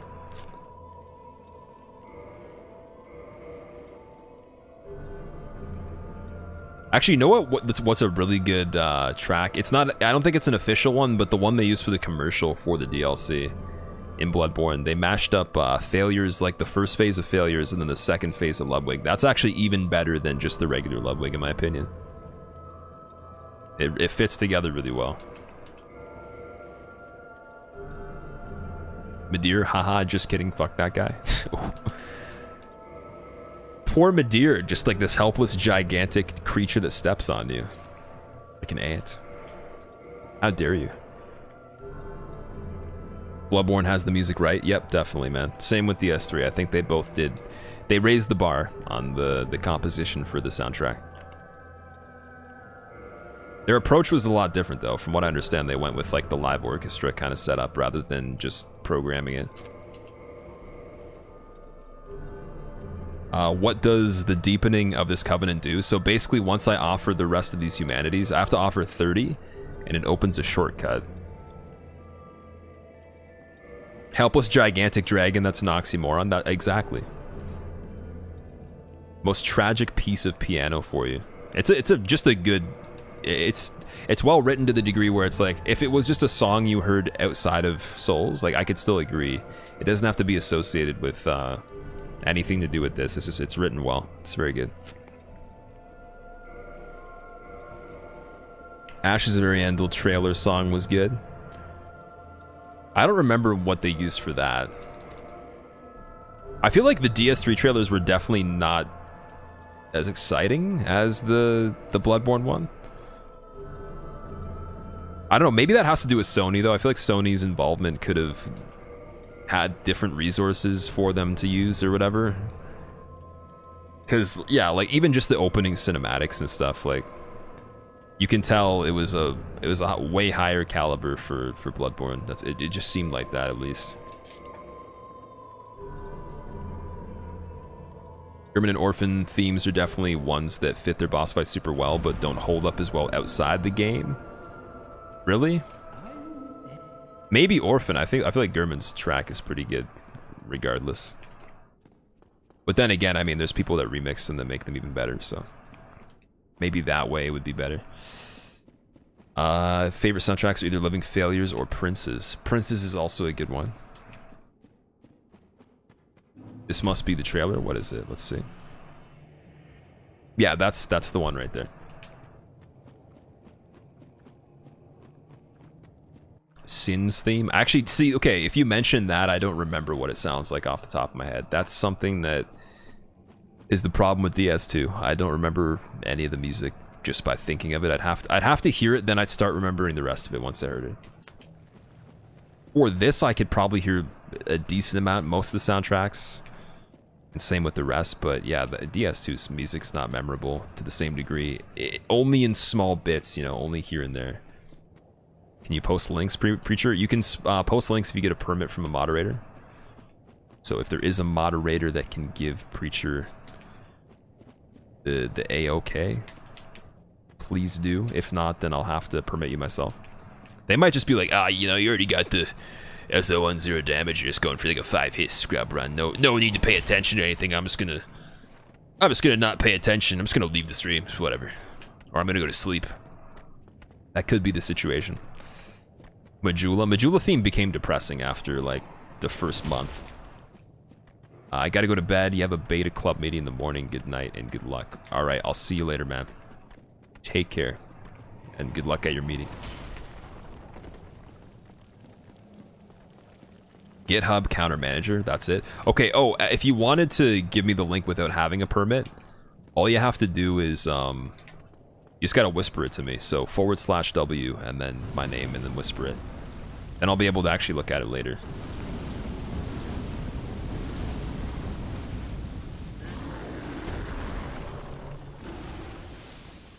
Confirm scrub. So okay, the way I look at this run, if we get to bed a chaos split, it's almost like it's like a 99% guarantee we're making it to win. Like I would be very disappointed to fail on anything in this split. It's very, very safe. There's like a tiny chance you get the super unlucky fire trail that's on bit of chaos, but that's like one of the most rare things I've dealt with in this game, so it's most likely not going to be a problem. But I think that Nito would be the last, like, iffy split, and then Gwyn's just like the last hard split to deal with. Kadorja, that's good, dude. Get some sleep, man. You definitely will not regret that when you wake up, so I will see you later. Alex Rowe did a good Majula remix. I haven't heard that one before. Also, Luker. Hey, what's going on, Luker? Good to see you, Luker14. Hey, what's up? How you doing, Luker? I'm trying to like I can't do an impression of how Faraz says your name properly. Like, oh yeah, Squilla and Luker we're in Bread Narnia, and then yeah, Luker14, yeah, something like that. Splice. That's catching on, actually. Someone was saying that earlier, and I'm trying to separate myself from that. I'm not about the Splice life anymore. The Splice memes, those are only temporary. So, yeah, I'm trying to get away from that. You're bringing me back into it. You're just a bad example. Okay, can I walk around this? I can, yes. That's good. Yeah, this dude's like the last enemy that I'd have to worry about. Then everything else should be fine. What sucks about your drive is that it's literally, something... I-10 for nearly all 4.5 hours, 2 lanes of boredom. Oh, that sucks. Damn, dude. Oh my god. I can't move. It's too much fire over here. But I got lucky. Interstate, yeah, I assumed you meant interstate after I looked at it a second time. I don't believe we use that term here as much. Well, maybe. I don't think so, though. No, interstate's definitely not used here. American. Alright. But yeah, I kind of got what you meant after the second part. Titanite demons would be terrifying if they weren't crippled. Yeah, they would be terrifying, kind of like Artorias. Oh yeah, we got the weird little... Okay, now look at this. Look at this. We're gonna moonwalk slowly down. Some people here, you might have been like, well, what do I get for staying around this stream this late and seeing a 5-hit scrubby run? Well, you get to see weird things like this, of course. So there you go. Keep in mind, I'm not even pushing any buttons. There's also something you can do where if you get into this mode or this like state, you can push something to make it do like a constant moonwalk down the bottom. But I don't remember how I did it. The only time I've done it, I don't remember what I pressed, but you're able to Hey, do like a Squilla, moonwalk. how much deeper do you think the ocean would be if all the sponges didn't live in it? Deeper the ocean would be if all the sponges didn't live in it. Probably at least like 75,000 feet deeper. Especially with all the lack of pineapples and stuff. Inner province.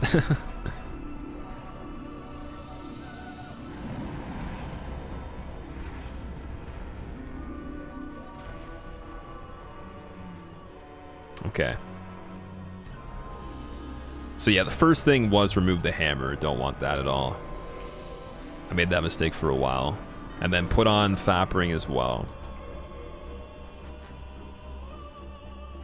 Alright.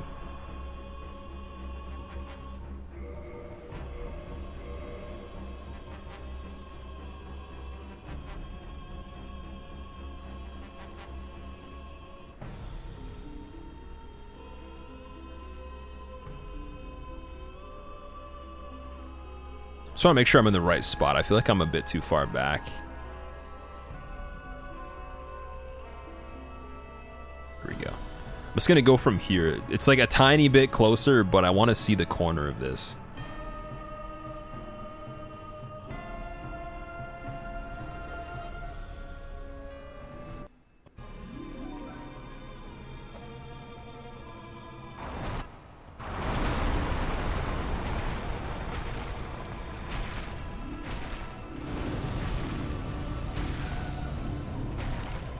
Oh my god.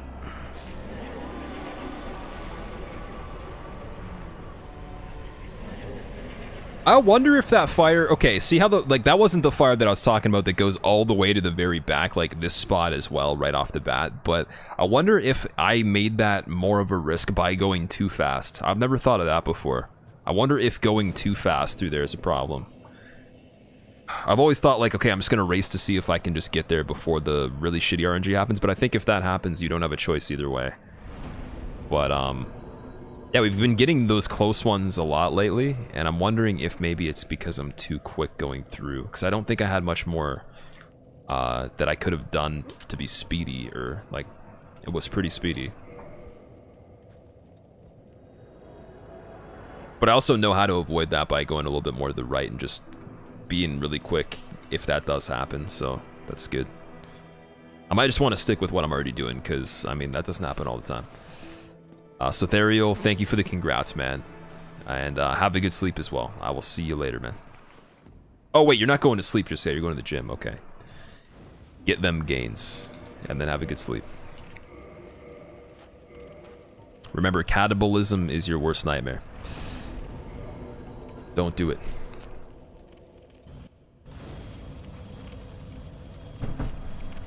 Alright.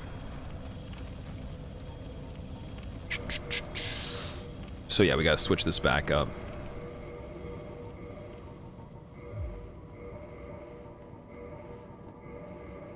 And then we are doing RTSR. I'm kind of tempted to not do RTSR for Gwyn just to get the practice, but you know what? That's kind of silly. It's a little bit silly. Hilder Queen, what's up? How's it going? Gotta go to your bed of chaos, Toothless. Yeah, have a good sleep as well, man. Didn't take the FAP ring off. I did after the second time, didn't I? Oh, wait, what? It didn't switch again? Shit, dude, I thought it... I thought it switched after that. Dude, thank you for pointing that out. Oh, man. Well, I guess I would have realized once I started rolling, but still. I thought it switched the second time. Jesus, man. Press cancel. Oh. See, I'm not used to the way that it does the menus for things that you don't meet requirements for, things that have a warning, are different in the different games, so I get so used to DS3 and stuff like that. Peter Gunn, not too much, man. We're at the end of this run.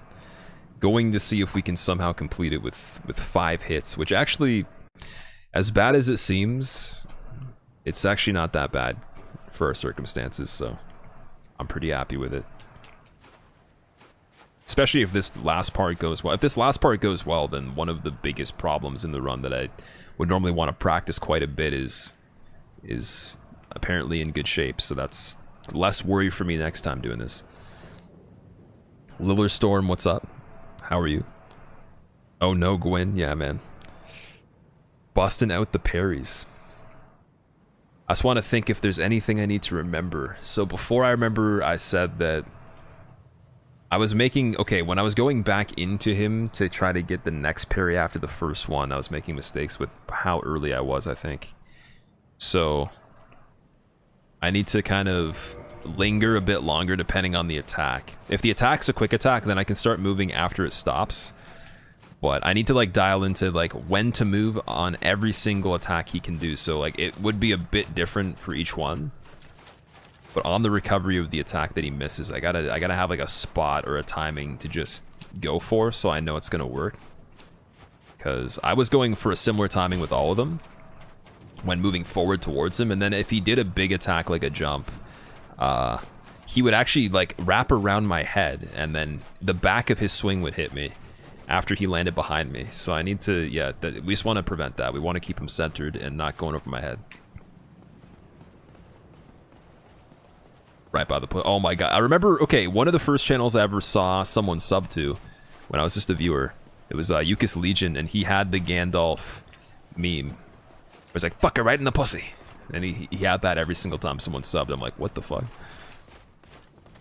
You like the controller view at the top? Yeah, that's actually just to kind of look back at to see if there's like an issue or whatever. It kind of helps with knowing if it was really me that made a mistake or there was some sort of input issue.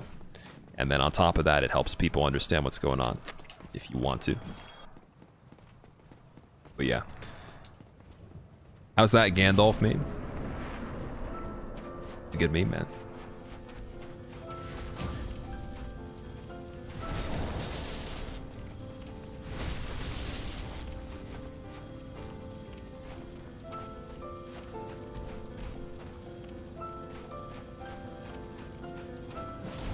So, okay, the problem with that is he just froze. I think it's because I hit the pillar. And I wasn't, yeah, I don't think I was far enough away. I'm pretty sure I wasn't far enough away by default. The pillar, I would have had to have been beside or behind the pillar, because he was taking a little bit of extra time. He does that sometimes in weird spots, so I'm gonna have to say it's that. We're gonna go back with no RTSR though. We're gonna just practice it. Get wrecked, yeah. Yeah, that's why I love to practice this one excessively before I start, because then I know that when I go into it, I have a really good chance. And then any, like, little tiny wrinkle is already ironed out beforehand. But, yeah, I wouldn't have been able to back into that pillar. It fucked him up a little bit. Soon as that happens next time, I have to, just move around it immediately. I have to, like, try to move behind it or beside it. Or I should just keep in mind where it's located and then not actually go in that direction. By default, that's probably a better idea. Because, yeah, you don't want him doing close range attacks after that. You want the long ones.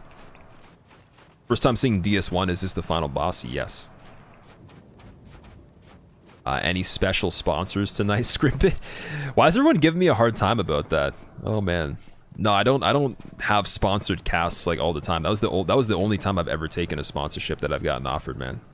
Because it was a really good one, so yeah, thank you guys for also being on board with that, and thank you for anyone that actually picked up one of those things. You have no idea how much it does for the channel itself, right? So thank you very much.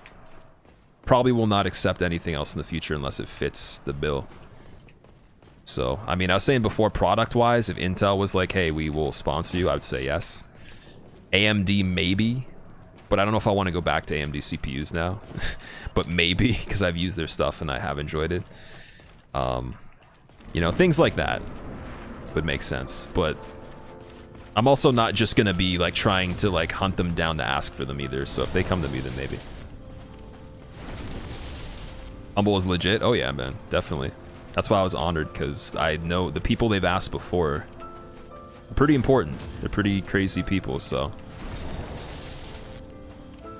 I feel slightly important to a tiny degree.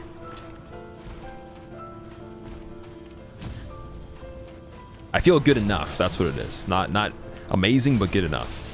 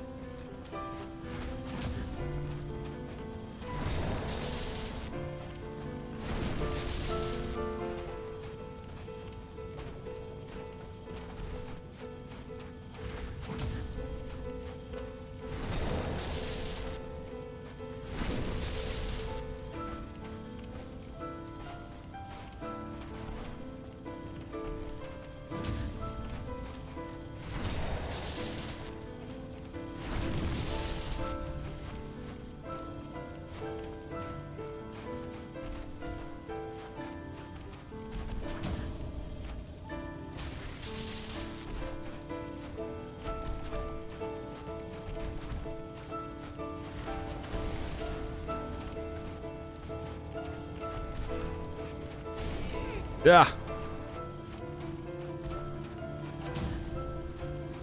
Oh, let's give it what it lasted. It's so hard to get the riposte on this. Like, it's genuinely not functional sometimes. Or, I mean, it's not that it's not functional. It does work. It's such a weird timing that you have to do it.